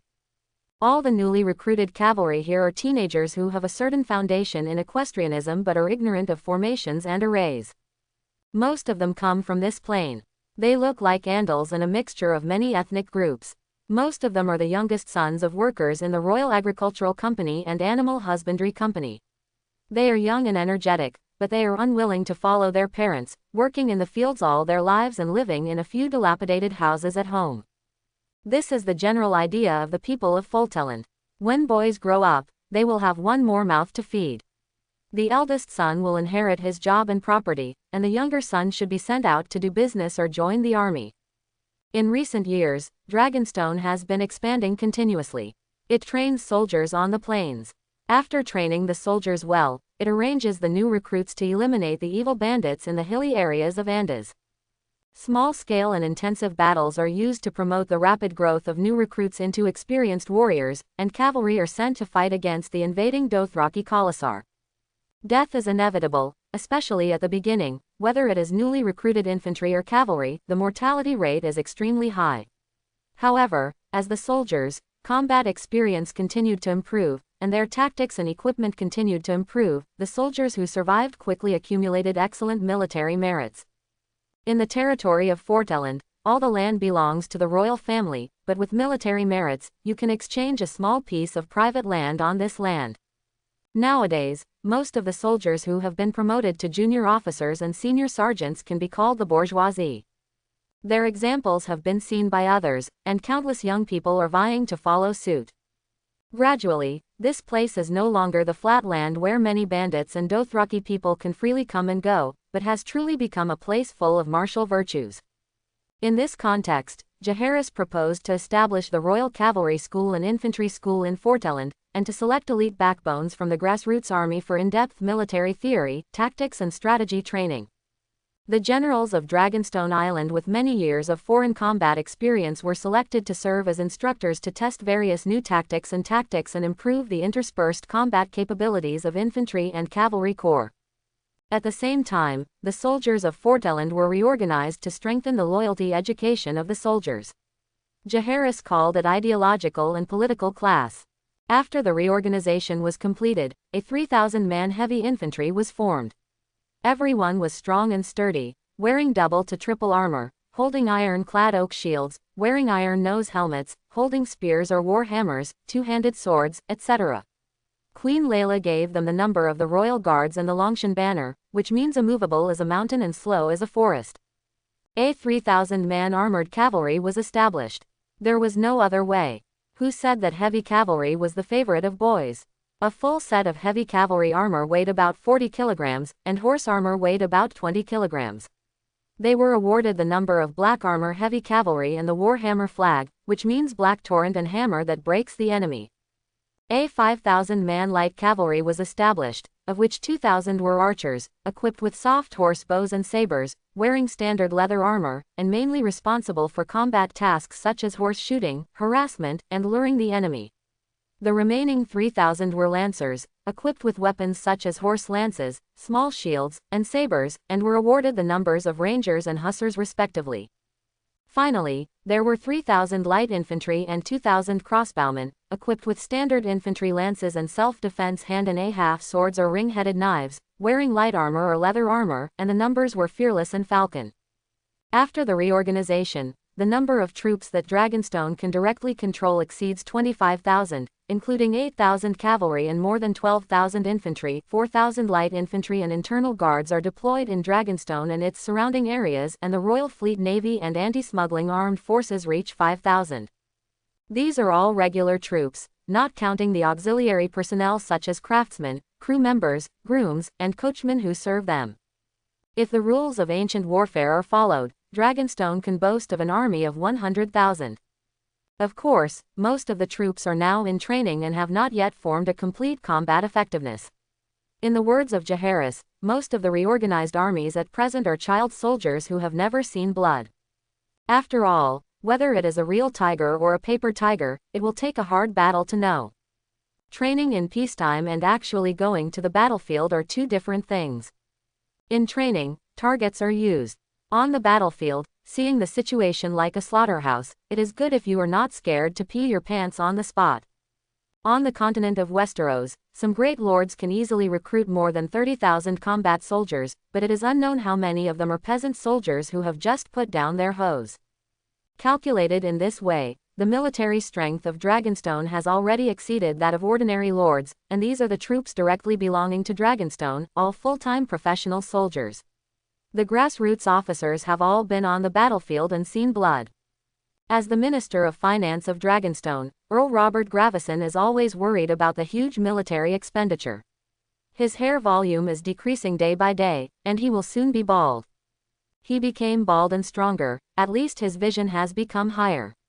He used to think that Robert's army and Lannister's army were really strong, but now it seems that they are just so-so. These soldiers are good soldiers, but they are too expensive. The military expenditure of an infantryman is about 50 silver deer a month, and there are various losses during daily training, which are not a small amount when added up. A cavalryman is equipped with at least 2 horses, and a heavy cavalryman is equipped with 3 horses. Usually a warhorse is equipped with a riding horse or draft horse. The feed of the horse cannot be bad, otherwise it will lose weight, especially the warhorse, which has to eat concentrated feed made of corn, wheat bran, soybeans and black beans for every meal. The feed for warhorses alone consumes tens of thousands of gold dragons every month. It can be said that the cost of raising a cavalryman, even a light cavalryman, is enough to feed 5 to 10 infantrymen. Fortunately, Folteland is indeed a rich land. With the reclamation, mining, of a large number of fertile fields and mines, it has gradually become self-sufficient. In addition to the army in the past, Dragonstone's investment in the navy is also second to none in the Westeros continent, including some free city-states. The main battleships are all newly built Caesar's improved sailing ships. In order to improve the seaworthiness of various sea conditions, some maneuverability is sacrificed, and the height of the hull and the thickness of the armor are further increased, but the speed of the ship is still far beyond the sailing ships of Westeros. In terms of equipped weapons, all of them have been changed to new siege crossbows. This crossbow uses fine steel as the crossbow arm and can fire 3 crossbow arrows at a time. In fact, it is an enlarged version of the Mer crossbow. A new capstan has been added, the structure of the crossbow arrow has been improved, the middle is hollowed out to add wildfire pots, the air resistance is reduced, and the iron tail fin has been added, which has greatly improved the range and accuracy of the crossbow arrows. Nowadays, the pirates of the Stone Steps Islands are gradually becoming greedy and are no longer satisfied with collecting taxes on passing merchant ships.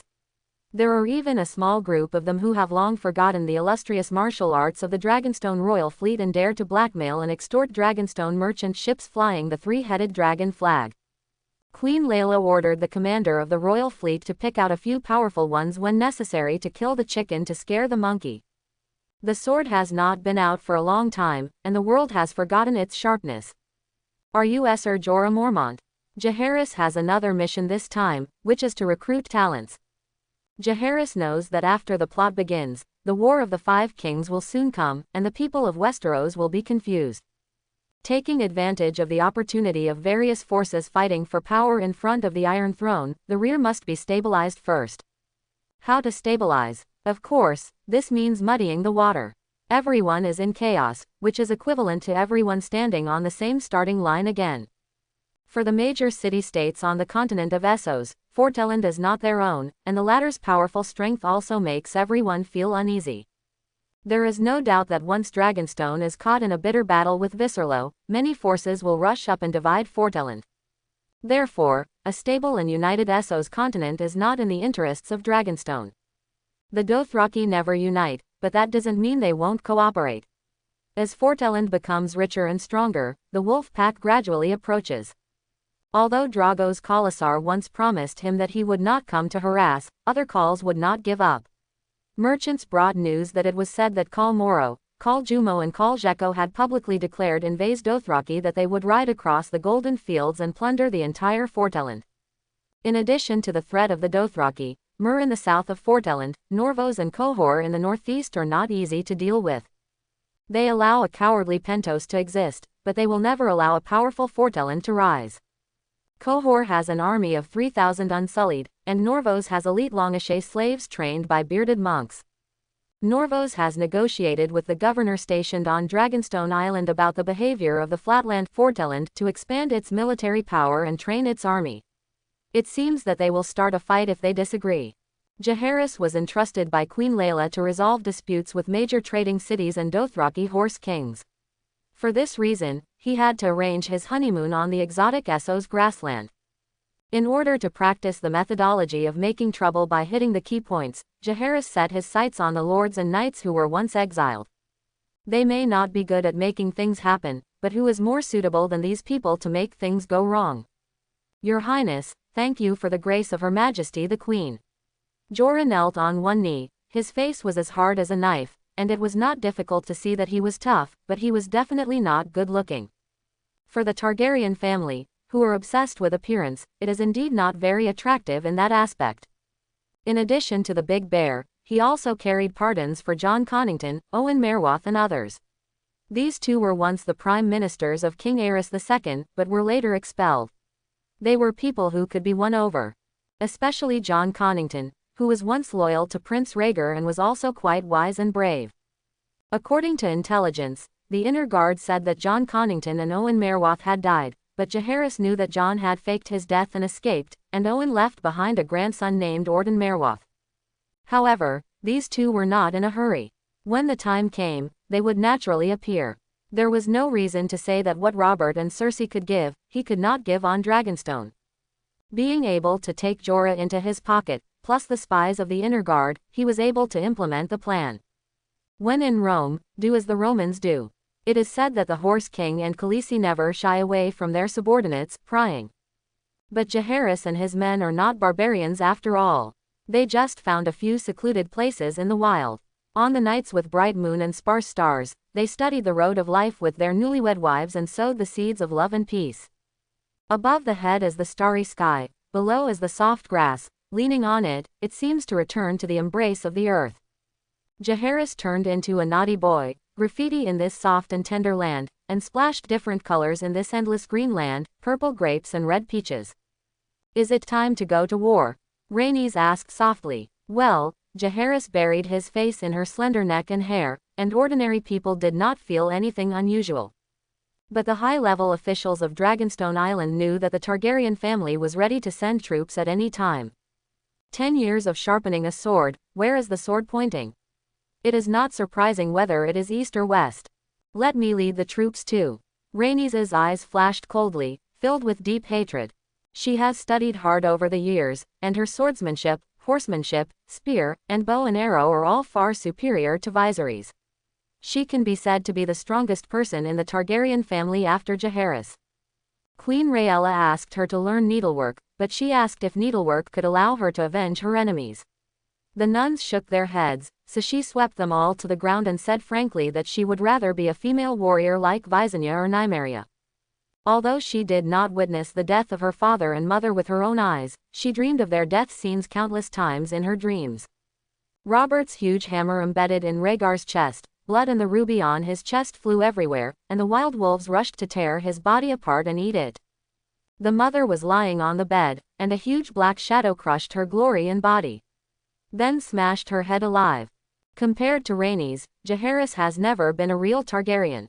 He has no feelings for Aerys II, and he has never thought of avenging his father with his own hands after becoming powerful.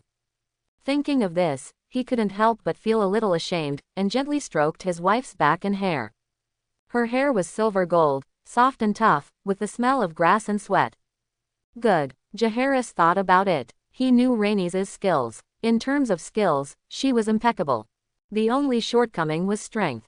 Women's strength can never be compared with men. Even at the same weight, men's strength and explosive power are far superior to women.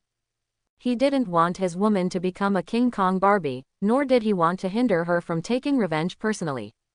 Promise me, it's not shameful to pray to the dragon god when facing an invincible opponent. Jaehaerys said, staring into her eyes. Well, don't worry, my husband.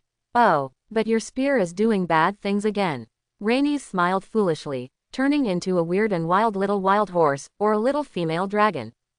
After the two of them were intimate for a long time, they packed up and returned to the barracks. The city of Folteland is also undergoing large-scale construction. There is no defense here. If you want to build a source of soldiers and horses for Dragonstone, you must build a city. This is a strategy that was set long ago. On the top of a small hill, a stone castle and a large wall are rising slowly, and the moat is a natural river channel that has been improved. In terms of city construction, Jaehaerys believes that the experienced stonemasons of Dragonstone have more say.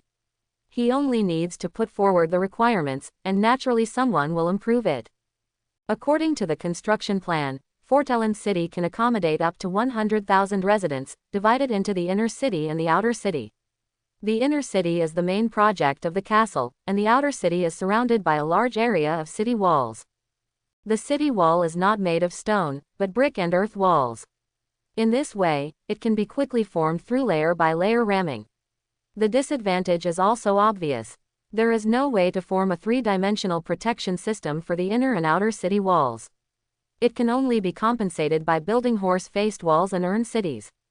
Residential areas, commercial areas, dragon temples and other areas are set up in the outer city. Several wide urban roads connect the various functional areas of the city. The inner city is in the middle.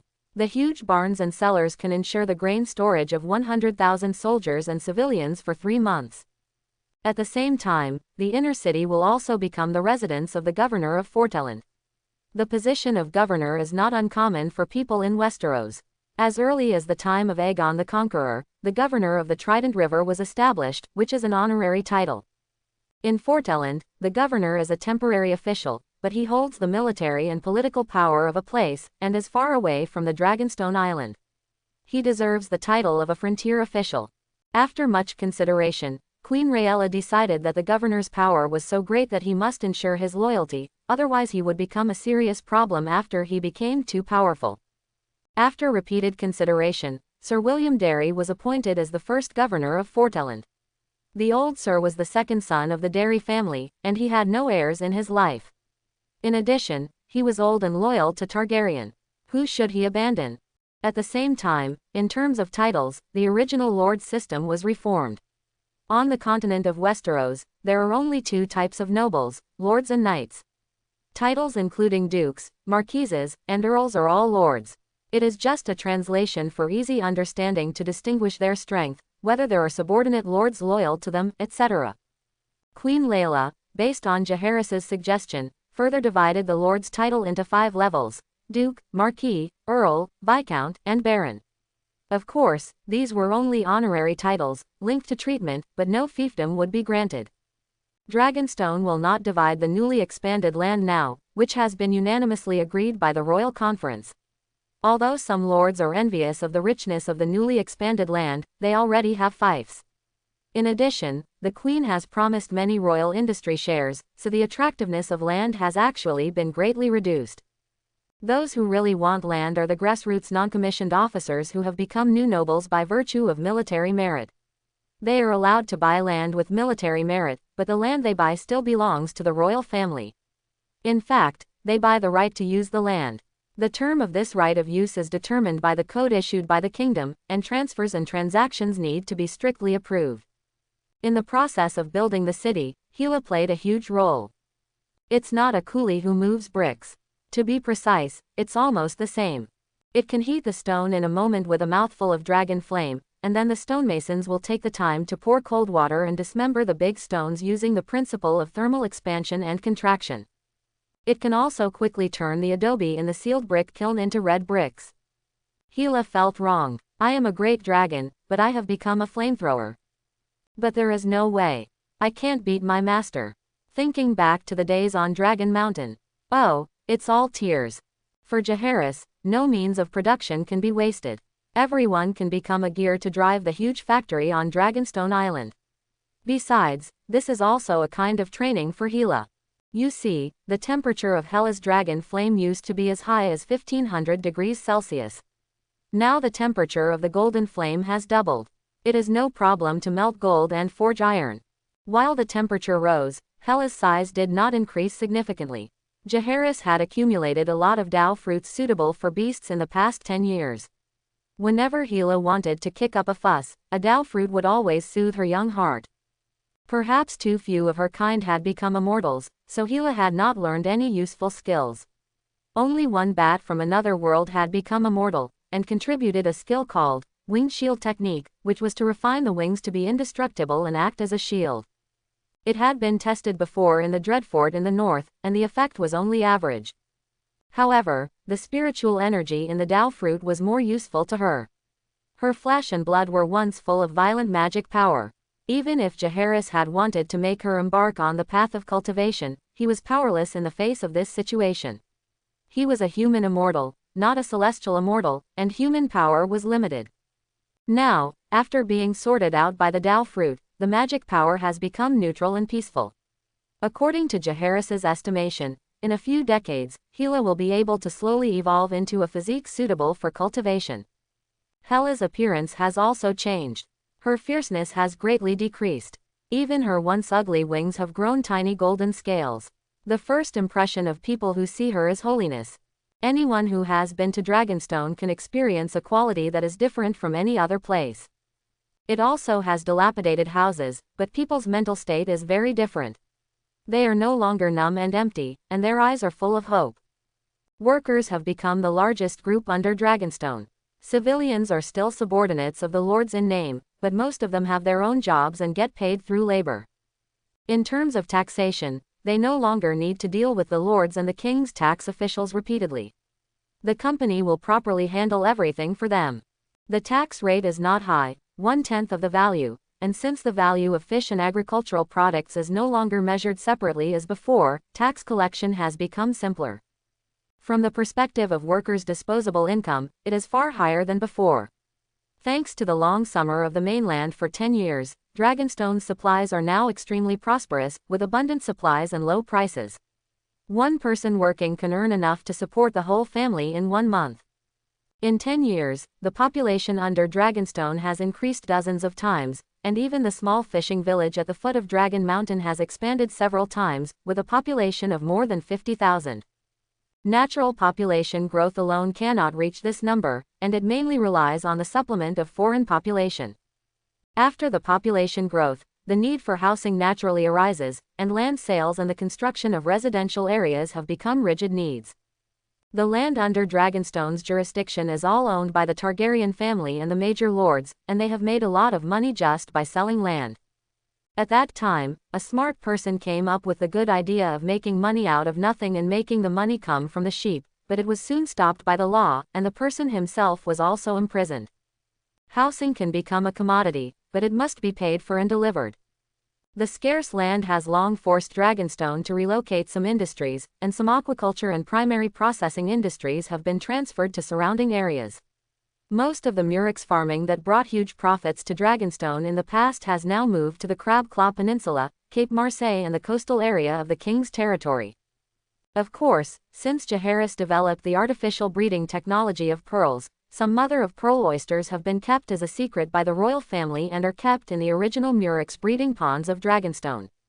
Artificially cultivated pearls are larger, mature faster, and have the same color and quality as natural pearls, but the price is far different, so merchants are profitable. Pearl trade has become another punch product of Dragonstone, and countless jewelers have been defeated and can only submit obediently. According to incomplete statistics, more than 90% of the pearl necklaces and accessories in Westeros today come from Dragonstone. More and more people on the mainland are exposed to Dragonstone, either passively or actively. People have a special liking for Dragonstone's exquisite jewelry, tortoise shells, pearls, gemstones. They have unique shapes and exquisite inlay craftsmanship. In recent years, Dragonstone has launched the most beloved leather bags for noble ladies, which has transformed the ladies' and young ladies' interest in horseback hunting into a real demand for physical goods. An exquisite color blocking or contrasting leather bag can always transform women's love for animals into another form. A medieval noblewoman wearing a long dress, carrying the latest leather bag from Dragonstone on her back or on her arm, will give people an absurd but wonderful new experience. Whenever the Dragonstone leather bag franchise store launches a new bag, especially a limited edition, there will always be a lot of traffic outside the franchise store blocking the intersection. Men can't imagine why a small piece of animal fur is worth 2 to 10 gold dragons.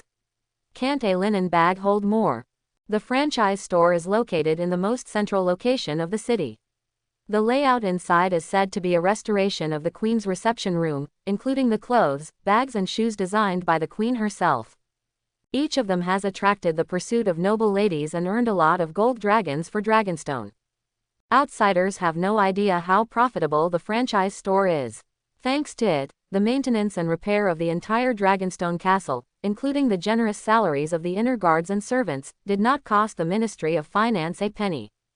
Men also found their own fun in the shops opened on Dragonstone. The strong liquor preferred by the northerners is like drinking fire, and the whole body warms up instantly. This is a strong liquor brewed by Dragonstone with sorghum, corn and sweet potatoes as raw materials, using a distillation process, and then blended with distilled water. It is called vodka, which means men's wine. Southerners love the shell porcelain of Dragonstone, which is a kind of exquisite porcelain fired with bone snail powder. It is as white as jade, smooth and delicate, and the price is also enough to make ordinary people stay away. Shell porcelain shops accept special customization for masters. Since the white porcelain surface can be coated with glaze, it can present colorful and gorgeous patterns under the hands of excellent painters. Many masters like to customize shell porcelain with their own coats of arms and family language. Of course, some people prefer magnificent war scenes, mostly to reflect the long history and noble bloodline of the family. Whenever guests come, the host's high-end shell porcelain can always attract everyone's attention. At this time, with the host's ups and downs to introduce his family heritage, the style will go up immediately. In such an era when paper is expensive and books are difficult to preserve for a long time, a set of porcelain with gold edges telling family heritage is undoubtedly the best interpretation of one's own heritage. What Dragonstone gives to porcelain is not daily necessities, but a kind of cultural and historical heritage.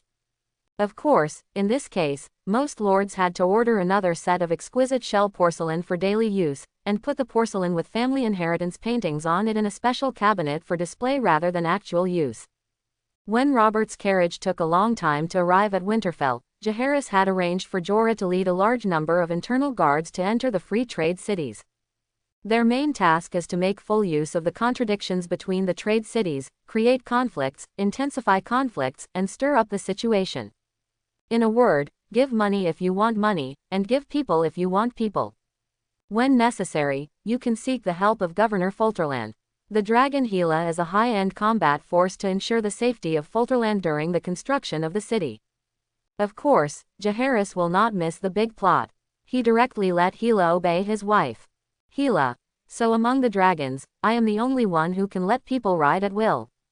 Just as it was about to raise its head to express its indignation, Rhaenys sent a large pile of sea fish and whale meat just unloaded from the whaling ship of Ibn Island. Oh my god, it smells so good when roasted. Jaehaerys had his hair dyed black, the color of his eyes covered by magic, and then put on makeup. Now even the most familiar people would not recognize him when standing in front of him. Now he is Sir Prior from the Free Trade City, a mercenary who once served as a squire under a knight. Before the knight died, he was canonized as a knight. With the help of spies, his background can withstand investigation, perfect. After roughly estimating the time, he said goodbye to his wife, communicated silently with Gila in his heart, and asked her to protect Rhaenys and kill the enemy with a breath of fire. Then he took a trading ship from Pentos to White Harbor. As the largest port in the north, White Harbor is particularly busy in the long summer. As a vassal who moved from the river, the Manderley family is one of the few lords in the north who believe in the 7 gods. At the same time, influenced by trade, the belief in the dragon god has also spread here. The dragon god temple here is close to the dock. The area is only a few feet square, and there is not even enough space for an offering table. The statue of the dragon god is also crudely made. There is only a ceramic incense burner on the ground. Judging from the traces of burning, the incense can only be said to be average. There is no doubt that this is definitely not an orthodox dragon god temple. Now the belief in the dragon god has gradually become standardized. Jaehaerys made several scriptures based on the Taoist collection and set up a Taoist palace for management. For all orthodox registered temples, their statues must come from the Taoist palace and be cast with magic by the incense clone, so that they can listen to the prayers of believers and accept the wishes of incense. Adhering to the principle of not wasting and better serving the believers, Jaehaerys quietly opened the dragon god statue. Good deeds are not named. From now on, this temple will no longer be a ceremonial shrine in name only. At the same time, in the Palace of Dragonstone, a line of small words silently appeared on a large gold-plated book. Jaehaerys, under the alias of Prill, rode a spotted horse, hung a spear and a shield, with no pattern on the shield. He wore the most ordinary chainmail and plate armor, which were gray and simple, with several sword marks on them. Except for his clean and handsome face, he looked like a hired knight. After landing at White Harbor, he went north along the White Knife River. At this time, the whole north knew that Robert was going to Winterfell, and countless hired riders, free riders and bards followed Robert's team. Sir Prill mixed in effortlessly. In the long summer, everyone was happy to offer sacrifices to knights. In addition to living in a large tent and eating dry bread and dried fish along the way, Prill enjoyed this slow life. The Queen's wheelhouse was a huge thing, with dozens of horses pulling a giant carriage. The heavy wheels often got stuck in the mud, especially after crossing the Bay of Callan. The road became very narrow, and sometimes Robert had to rely on the lords near the King's Road to recruit peasants to repair the road. It must be said that Robert was a king who was very popular with knights and nobles. He never put on airs, drank and ate meat along the way, and made dirty jokes with his soldiers at will, showing affection everywhere. From Prill's observation, Robert had a high prestige among the soldiers, and his body was really a human-shaped, meat mountain. As a hired knight, Prill was too handsome. A fencing enthusiast invited him to study swordsmanship together. He was so disgusted that he knocked him to the ground. This scene happened to be seen by Robert, who was passing by. Robert praised his bravery and invited him to serve as a royal guard. Prill's eyes turned and he agreed immediately. Then someone sent him a brand new sword and armor, as well as a golden robe. Boros Bronn looked at the young man in doubt, trying to find clues from his face. After observing for a long time, he found that the young man had no royal demeanor. His words and deeds were like a shy boy, which was far from the Prill in his memory. In the end, it could only be attributed to the same name. Sir Bronn was really conscientious along the way, staring at Jaime Lannister seriously. Whenever the Kingslayer acted alone, he would always find ways to quietly follow him without attracting other people's attention. However, his tracking skills were really not commendable. He was discovered by Jaime several times and was beaten twice for this. If Jaime hadn't had some reservations, he would have killed this man secretly. With such a sticky person behind him, he had no chance to date Cersei even if he wanted to. He could only hold his anger in and almost got internal injuries. Sir Prior is a very lovable young man. He is handsome and skilled in martial arts. Whenever he competes with knights in martial arts, he always wins and stops at the right time. His attitude makes people feel like spring breeze, without any arrogance, which makes people convinced. This also attracted the attention of the queen and princes. Cersei publicly declared more than once that he is a real knight.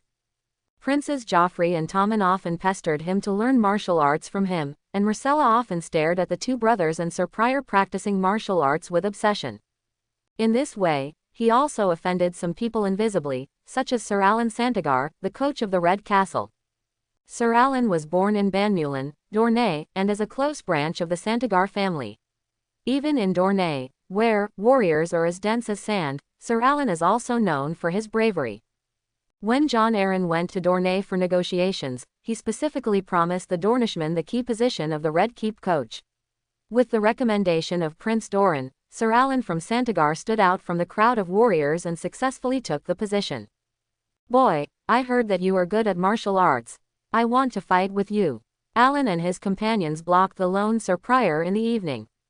No time. Prior was straightforward. It was tiring enough to face Joffrey, the naughty kid, every day. He really had no interest in dealing with others. "Well, what? You don't have time?" Sir Alan Santagar was surprised. "What's the situation? How can you be so rude when someone challenges you? Where is the chivalry you promised?" "Sir, what should we do?" Alan's companions asked. They planned to let Alan fight first. It would be best if he could defeat the young knight. If he couldn't, everyone would rush forward. Chivalry. Haha, who would tell you about chivalry on the battlefield? Even if someone asked, they could just say that they taught the newcomers how to survive on the battlefield. Focus on flexible application. Originally thought that young people were good at face, but who knew that the other party didn't play by the rules? It seems that our real knight is a worthless guy who only dares to hide beside women and children and pretend. Alan was stunned for a moment and said with sarcasm, "That's it. That's it." Alan's companions also took the opportunity to make a noise, "Knight without balls." This nickname is really good. Especially suitable for the summer night of the little white face. "Huh, boring." Prell snorted coldly, his feet did not stop, and he directly bumped into a knight who was blocking the road, secretly performing the method of Overlord unarmoring, knocking him out. "Brothers, do it." The knight was knocked several meters away, and in pain, he shouted repeatedly. Everyone drew their swords and put down their visors, and surrounded Prill, but unexpectedly, Prill ran out from the gap between the crowd in a few steps. A group of heavily armored knights were still pushing and shoving, and the people inside shouted that they were their own people, so don't stab them with knives. Because the people outside couldn't see the situation, they only thought it was a verbal conspiracy by the young knights, and instead took out their clubs and hammers. Sir Prill watched them in a mess leisurely. This is the disadvantage of heavy armor. Many people's helmets and visors have only a small gap. Once the enemy is out of sight, the heavily armored knights will be a little confused. Ha ha, ha ha ha. Joffrey happened to pass by and laughed when he saw their ugly appearance. These idiots are even more stupid than his father's jester Moon Boy. "Dog, if you were to go down, could you beat Master Prior?" Joffrey said to the scarred burly man beside him while laughing. "The pretty boy is a good knight, he, a powerful and hypocritical knight, as dangerous as my brother." Sandor Clegane looked at the man holding his elbows opposite with a sinister look, "But if the master needs it, the dog will take his head off for you." "Good dog. Go and try it." Joffrey's green eyes flashed with eagerness to try. Who is a lowly mercenary showing a friendly look to? These 2 days, I followed him to practice swordsmanship, and I really think I am a big shot. Among several masters, he is the one who hits people the hardest. He complained to his father and mother, but when he took off his clothes, there was no sign of redness, swelling, or bruises. He called his younger brother Tommen to testify. After all, Tommen was also beaten, but the fat man said that Sir Prior hit him lightly, just like a massage, and he didn't use any force at all. Joffrey, who had reported the matter, was instantly considered to be a liar. He was beaten again. When had I, the great Joffrey, ever suffered such an injustice? He smiled on the surface, but in his heart he was always thinking about how to kill the pretty boy. Didn't the opportunity come today? And someone happened to be a ladder for him. In a mess, does anyone care who stabbed him? Even if they knew, would they dare to tell the truth and offend themselves, the heir to the Iron Throne? It was also Prill who used his hidden strength here. He didn't really think that he would teach the little lions of Lannister swordsmanship with his heart, right? For Joffrey, he was even more picky. He would beat him up whenever he found an opportunity, especially when he hit him in a place that was particularly painful but would not leave scars. The strength penetrated the skin and reached the muscles directly. There was no problem on the outside. This feeling was really good. The hound took a big step and drew the sword from his waist. Prill saw that he was murderous and didn't look like he was going to teach him a lesson. Sandor Clegane. He grinned. He was a good dog, but even if he didn't listen to his master later, he deserved to be beaten to death. It is said that this old guy is very afraid of fire, but I don't know if it is true. It's a pity that he didn't bring Spring Thunder with him, otherwise he would have painted a layer of Spring Thunder on his sword and learned the trick of using a flaming sword from the red monk Thoros of Myrrh, which would have been a perfect special effect. His expression remained unchanged, still smiling, as if the arrival of the hound did not arouse his vigilance. When the hound took a big step to a foot in front of him and made a savage charge, he suddenly drew the sword from his waist. Everyone felt a flash of sword light, and then heard the hound's shrill cry. Everyone looked towards the source of the sound, only to see the hound covering his arm and crying in pain. A trace of blood flowed out from the gap in the armor. It was in an instant that Prel pierced the armor at the hound's arm joint with the tip of the sword. Prel made a sword flower, shook off the blood on the sword, wiped the sword with a pure white handkerchief, and put it back into the sheath in a chic manner, highlighting an elegant demeanor. "This is more than pretending, I give it full marks," Jaehaerys commented on himself in his heart. In fact, it is easy to say, but it is not simple at all. Extreme explosive power, eyesight, and control are all indispensable. The steel sword in his hand is just a standard weapon for the gold robes. It is not as good as the good weapon tailored by the weapon master, and it is not as good as his original meteor sword. The meteor sword was given to his wife Rhaenys before leaving. After all, a good weapon can give the user a certain combat power bonus. The armor on the hound is considered to be excellent, and there are thin steel plates at the joints for protection. If you want to pierce it with an ordinary sword, you must find a gap so as not to break the sword. The hound's right hand holding the sword has drooped down. Prel cut the tendon at the joint with one blow. If nothing unexpected happens, this person can recover in half a year, which is considered a gifted person. It is more likely that even if the external injury is recovered, the strength of this hand will not be as good as before. "Oh, Mr. Hound, you are really careless. Why did you hit my sword?" Sir Prel's understated tone was as usual, and the words he said made everyone's heart tighten. "Is it true?" The hound read a hint of danger from his indifferent eyes. Since it can pierce the joint armor, it can certainly pierce the throat without the throat armor. "Good dog, come back." Joffrey's voice sounded in time, giving the hound a step down. He wanted to say a few harsh words, but it seemed that he could not threaten anything. He could only quickly pick up the sword that fell on the ground and put it into the scabbard with his awkward left hand. Seeing this, the others understood that this prior was truly a hidden talent.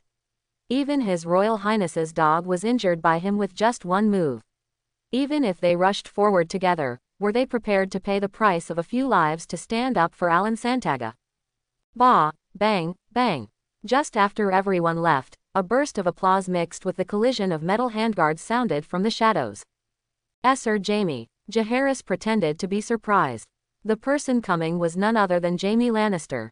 Sir Prior, the Kingslayer wore white glazed armor, and his white robes were fastened to his shoulders with golden lion buttons. What a martial art! I wonder which knight did you learn this martial arts from? You must know that I am familiar with most of the famous knights. My teacher calls himself a nobody, but he insists that he is a knight. Jaehaerys chuckled. I grew up in a disputed place on the continent of Essos, and he is an excellent mercenary. However, he never told me his origin. Nobody. James thought thoughtfully. Such mysterious knights can be found everywhere in tournaments in Westeros. They don't have any personal or family crests on their bodies, and they usually wait for their opponents to defeat them. Their helmets revealed each other's origins. But for one's attendants or disciples, few can keep secrets from beginning to end. What does he look like? The hair is gray, the person is very thin, and there is a scar on his face. Is there a Westerosi accent? You are making things difficult for me. You know, I just came to the Sunset Continent not long ago. Jaehaerys frowned and said, this information was obtained through repeated confessions between him and the inner guards, and it can withstand scrutiny. James himself is not the kind of person who is willing to use his brain. He is more willing to hold his golden sword and fight with Sir Prior with real swords and guns. But thinking that the other party had killed the hunting dog cleanly, he knew that he might not be his opponent. At the very least, he couldn't kill the hunting dog with one hit. James knew nothing about this person. He couldn't have this dangerous factor around his sister and children.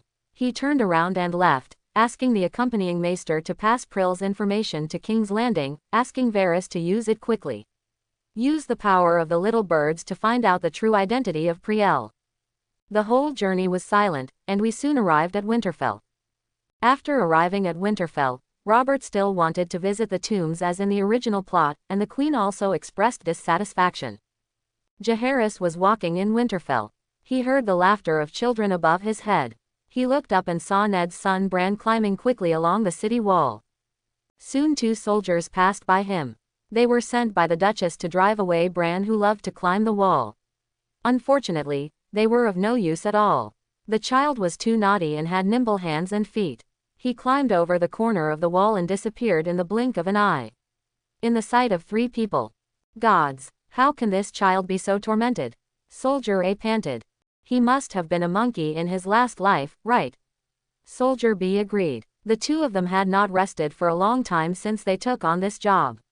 They had their necks raised every day and were about to suffer from cervical spondylosis. Hey, did we bump into someone just now? Soldier A suddenly reacted and turned around to look. There was nothing behind him. It seems so. Where are the people? What the hell? The 2 of them looked at each other and shuddered. Jaehaerys took advantage of the 2 people in front of him not paying attention, lightly put his feet on the wall, and flew up the city wall like a feather, jumping rock. This technique is like Qigong in multiple passages. It does not require magic power. It should be regarded as a muscle-strengthening technique.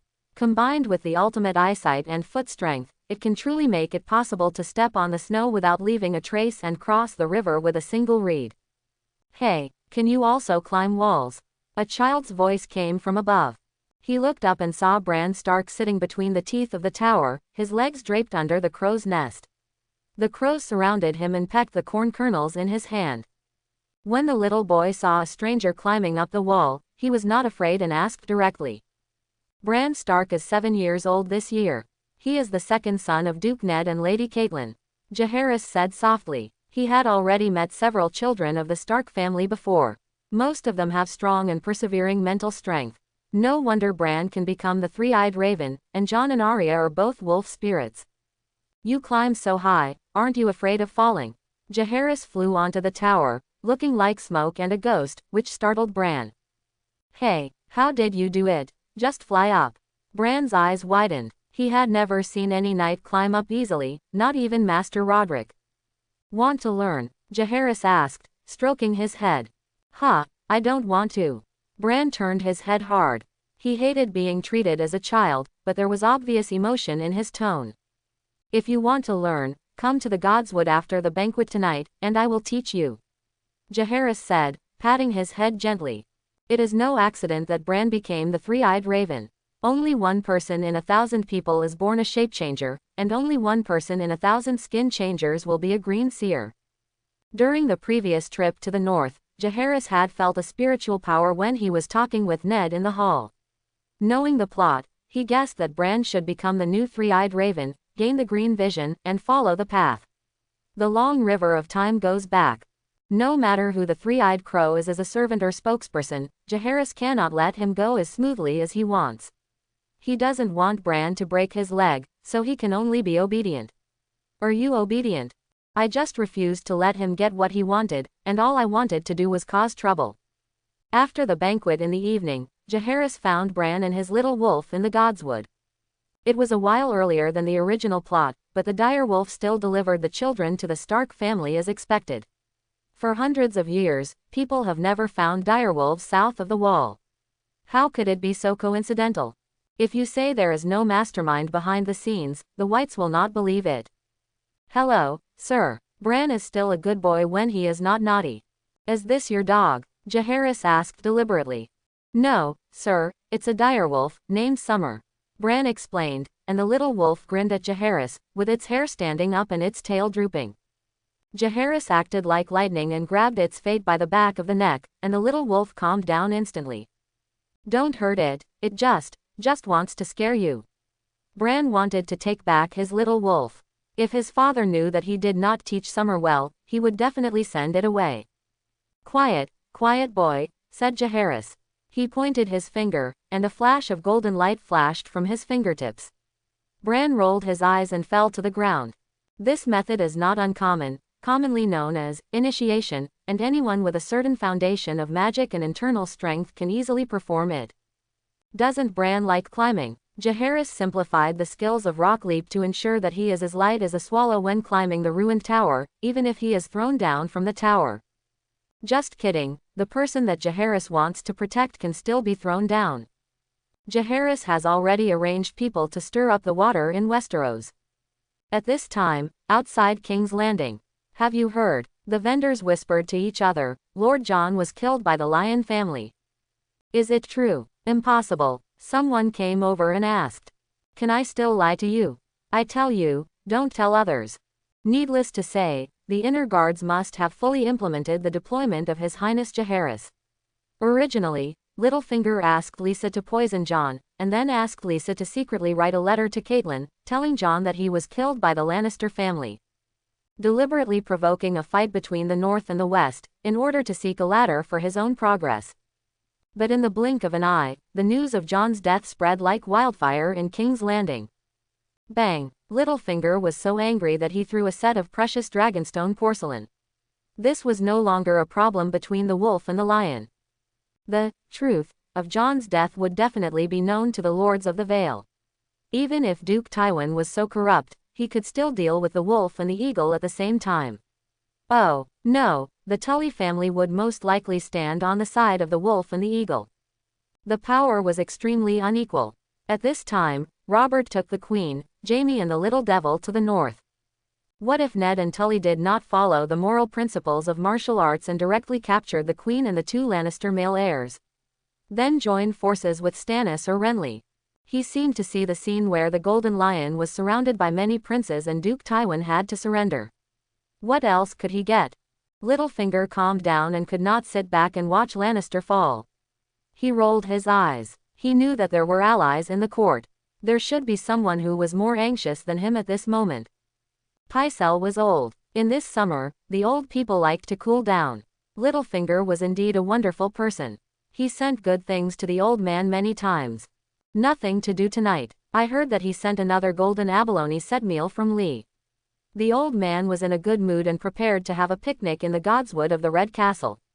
What could be more enjoyable than enjoying a seafood feast in the cool and silent Godswood in summer?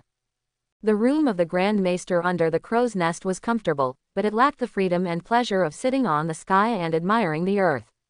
What a picnic wants is the wonderful feeling of the unchanging starry sky above your head and the thick and solid earth under your feet, and the unity of man and nature. He happily went there with the food. In a hidden corner of the Godswood, there was a large flat stone. It was shaped like a yellow cow, and the two horns on it could just save a lot of effort. He hung the oil lamp on the horn. For this abalone, you must first prepare the sauce, and apply butter and honey around it. After it is all covered with a layer of white butter and honey, you can officially enjoy the meal. Ouch! Oh! Two painful cries sounded instantly. What? The Grand Maester was injured. Robert received a letter from King's Landing. What's going on? The letter said that the Grand Maester was assassinated from Dragonstone. Maester Luwin handed the letter with Renly's personal seal to Robert and Ned. This is too ridiculous. After reading the letter, Ned still felt incredible, and his lower body couldn't help but feel cold. This old guy is a real clam. Robert was full of emotion. He thought he had been through many years of being in the world of flowers, but he never thought that assassination could be done in this way. The Grand Maester said that the evidence is conclusive. The assassin used a sharp obsidian dagger to stab his lower abdomen. Luwin had to choose his words carefully considering that the Queen and Lady Catelyn were present in the hall. Master Franken, who serves Countess Tanda, and a group of assistant maesters have examined Lord Pycelle's injuries. The wound was indeed caused by a spike made of obsidian. As we all know, Dragonstone is the only island in King's Landing that sells obsidian jewelry. Dragonstone contains a large amount of obsidian deposits. Ned, my good brother. Robert suddenly took Duke Eddard's hand. You must support me. My eldest son will be engaged to your eldest daughter, and they will get married as soon as they reach the age. Ned was still struggling whether to go south. After all, his father and brother had no good ending if they went south. The south was not where he should stay. But now Dragonstone has extended its claws to his king and good brother, so he has to go out. As for the marriage between the two families, it is fine. Now, except for the royal family, there is no eldest son of the big vassal family who is the same age as his three fools. Thinking of this, he nodded heavily. Before he and Caitlin went to bed at night, Maester Lewin came to visit again in the middle of the night with a letter from the Eyrie in his hand. It was a handwritten letter from Lisa, and the secret language was used more carefully. Caitlin translated the contents of the letter to Ned and Maester Lewin, and they both fell into deep thought. This Prime Minister agreed too hastily. I didn't expect that the situation in King's Landing today would be so complicated. Ned, you must bring more guards. Caitlin held his hand and begged, why don't Sansa and Arya stay in Winterfell? At the same time, Jaehaerys also received intelligence from the inner guards, but compared with the letters from Robert and Ned, the inner guards' intelligence was more specific. The old man Pycelle was really stabbed by obsidian. Jaehaerys was speechless. The inner guards contacted the octopus spider as soon as possible and confirmed that Pycelle was indeed injured by obsidian that night. Why doesn't anyone suspect Littlefinger? He is obviously the biggest suspect. Okay. Jaehaerys thought speechlessly. Wait. The godswood, the big stone in the shape of a yellow cow, the obsidian. No way, it's been more than 10 years. It can't be such a coincidence. Jaehaerys suddenly thought of an experiment in the godswood of the Red Castle that year. That was where he first experimented with spring thunder. He slapped his head. This trick worked by accident, and he found the real murderer. It can only be said that everything has its consequences. Look, he wanted to fish in troubled waters, but there was someone behind him. Littlefinger and Tywin should be the happiest at this time, right? As for whether to give Robert an explanation, I can't explain it. Haven't you sent enough assassins to Dragonstone in these years? In the past 10 years, the internal guards intercepted and thwarted assassination plots. If not 100, there must be 50. When will you give me an explanation? I hope everyone will support it and subscribe more.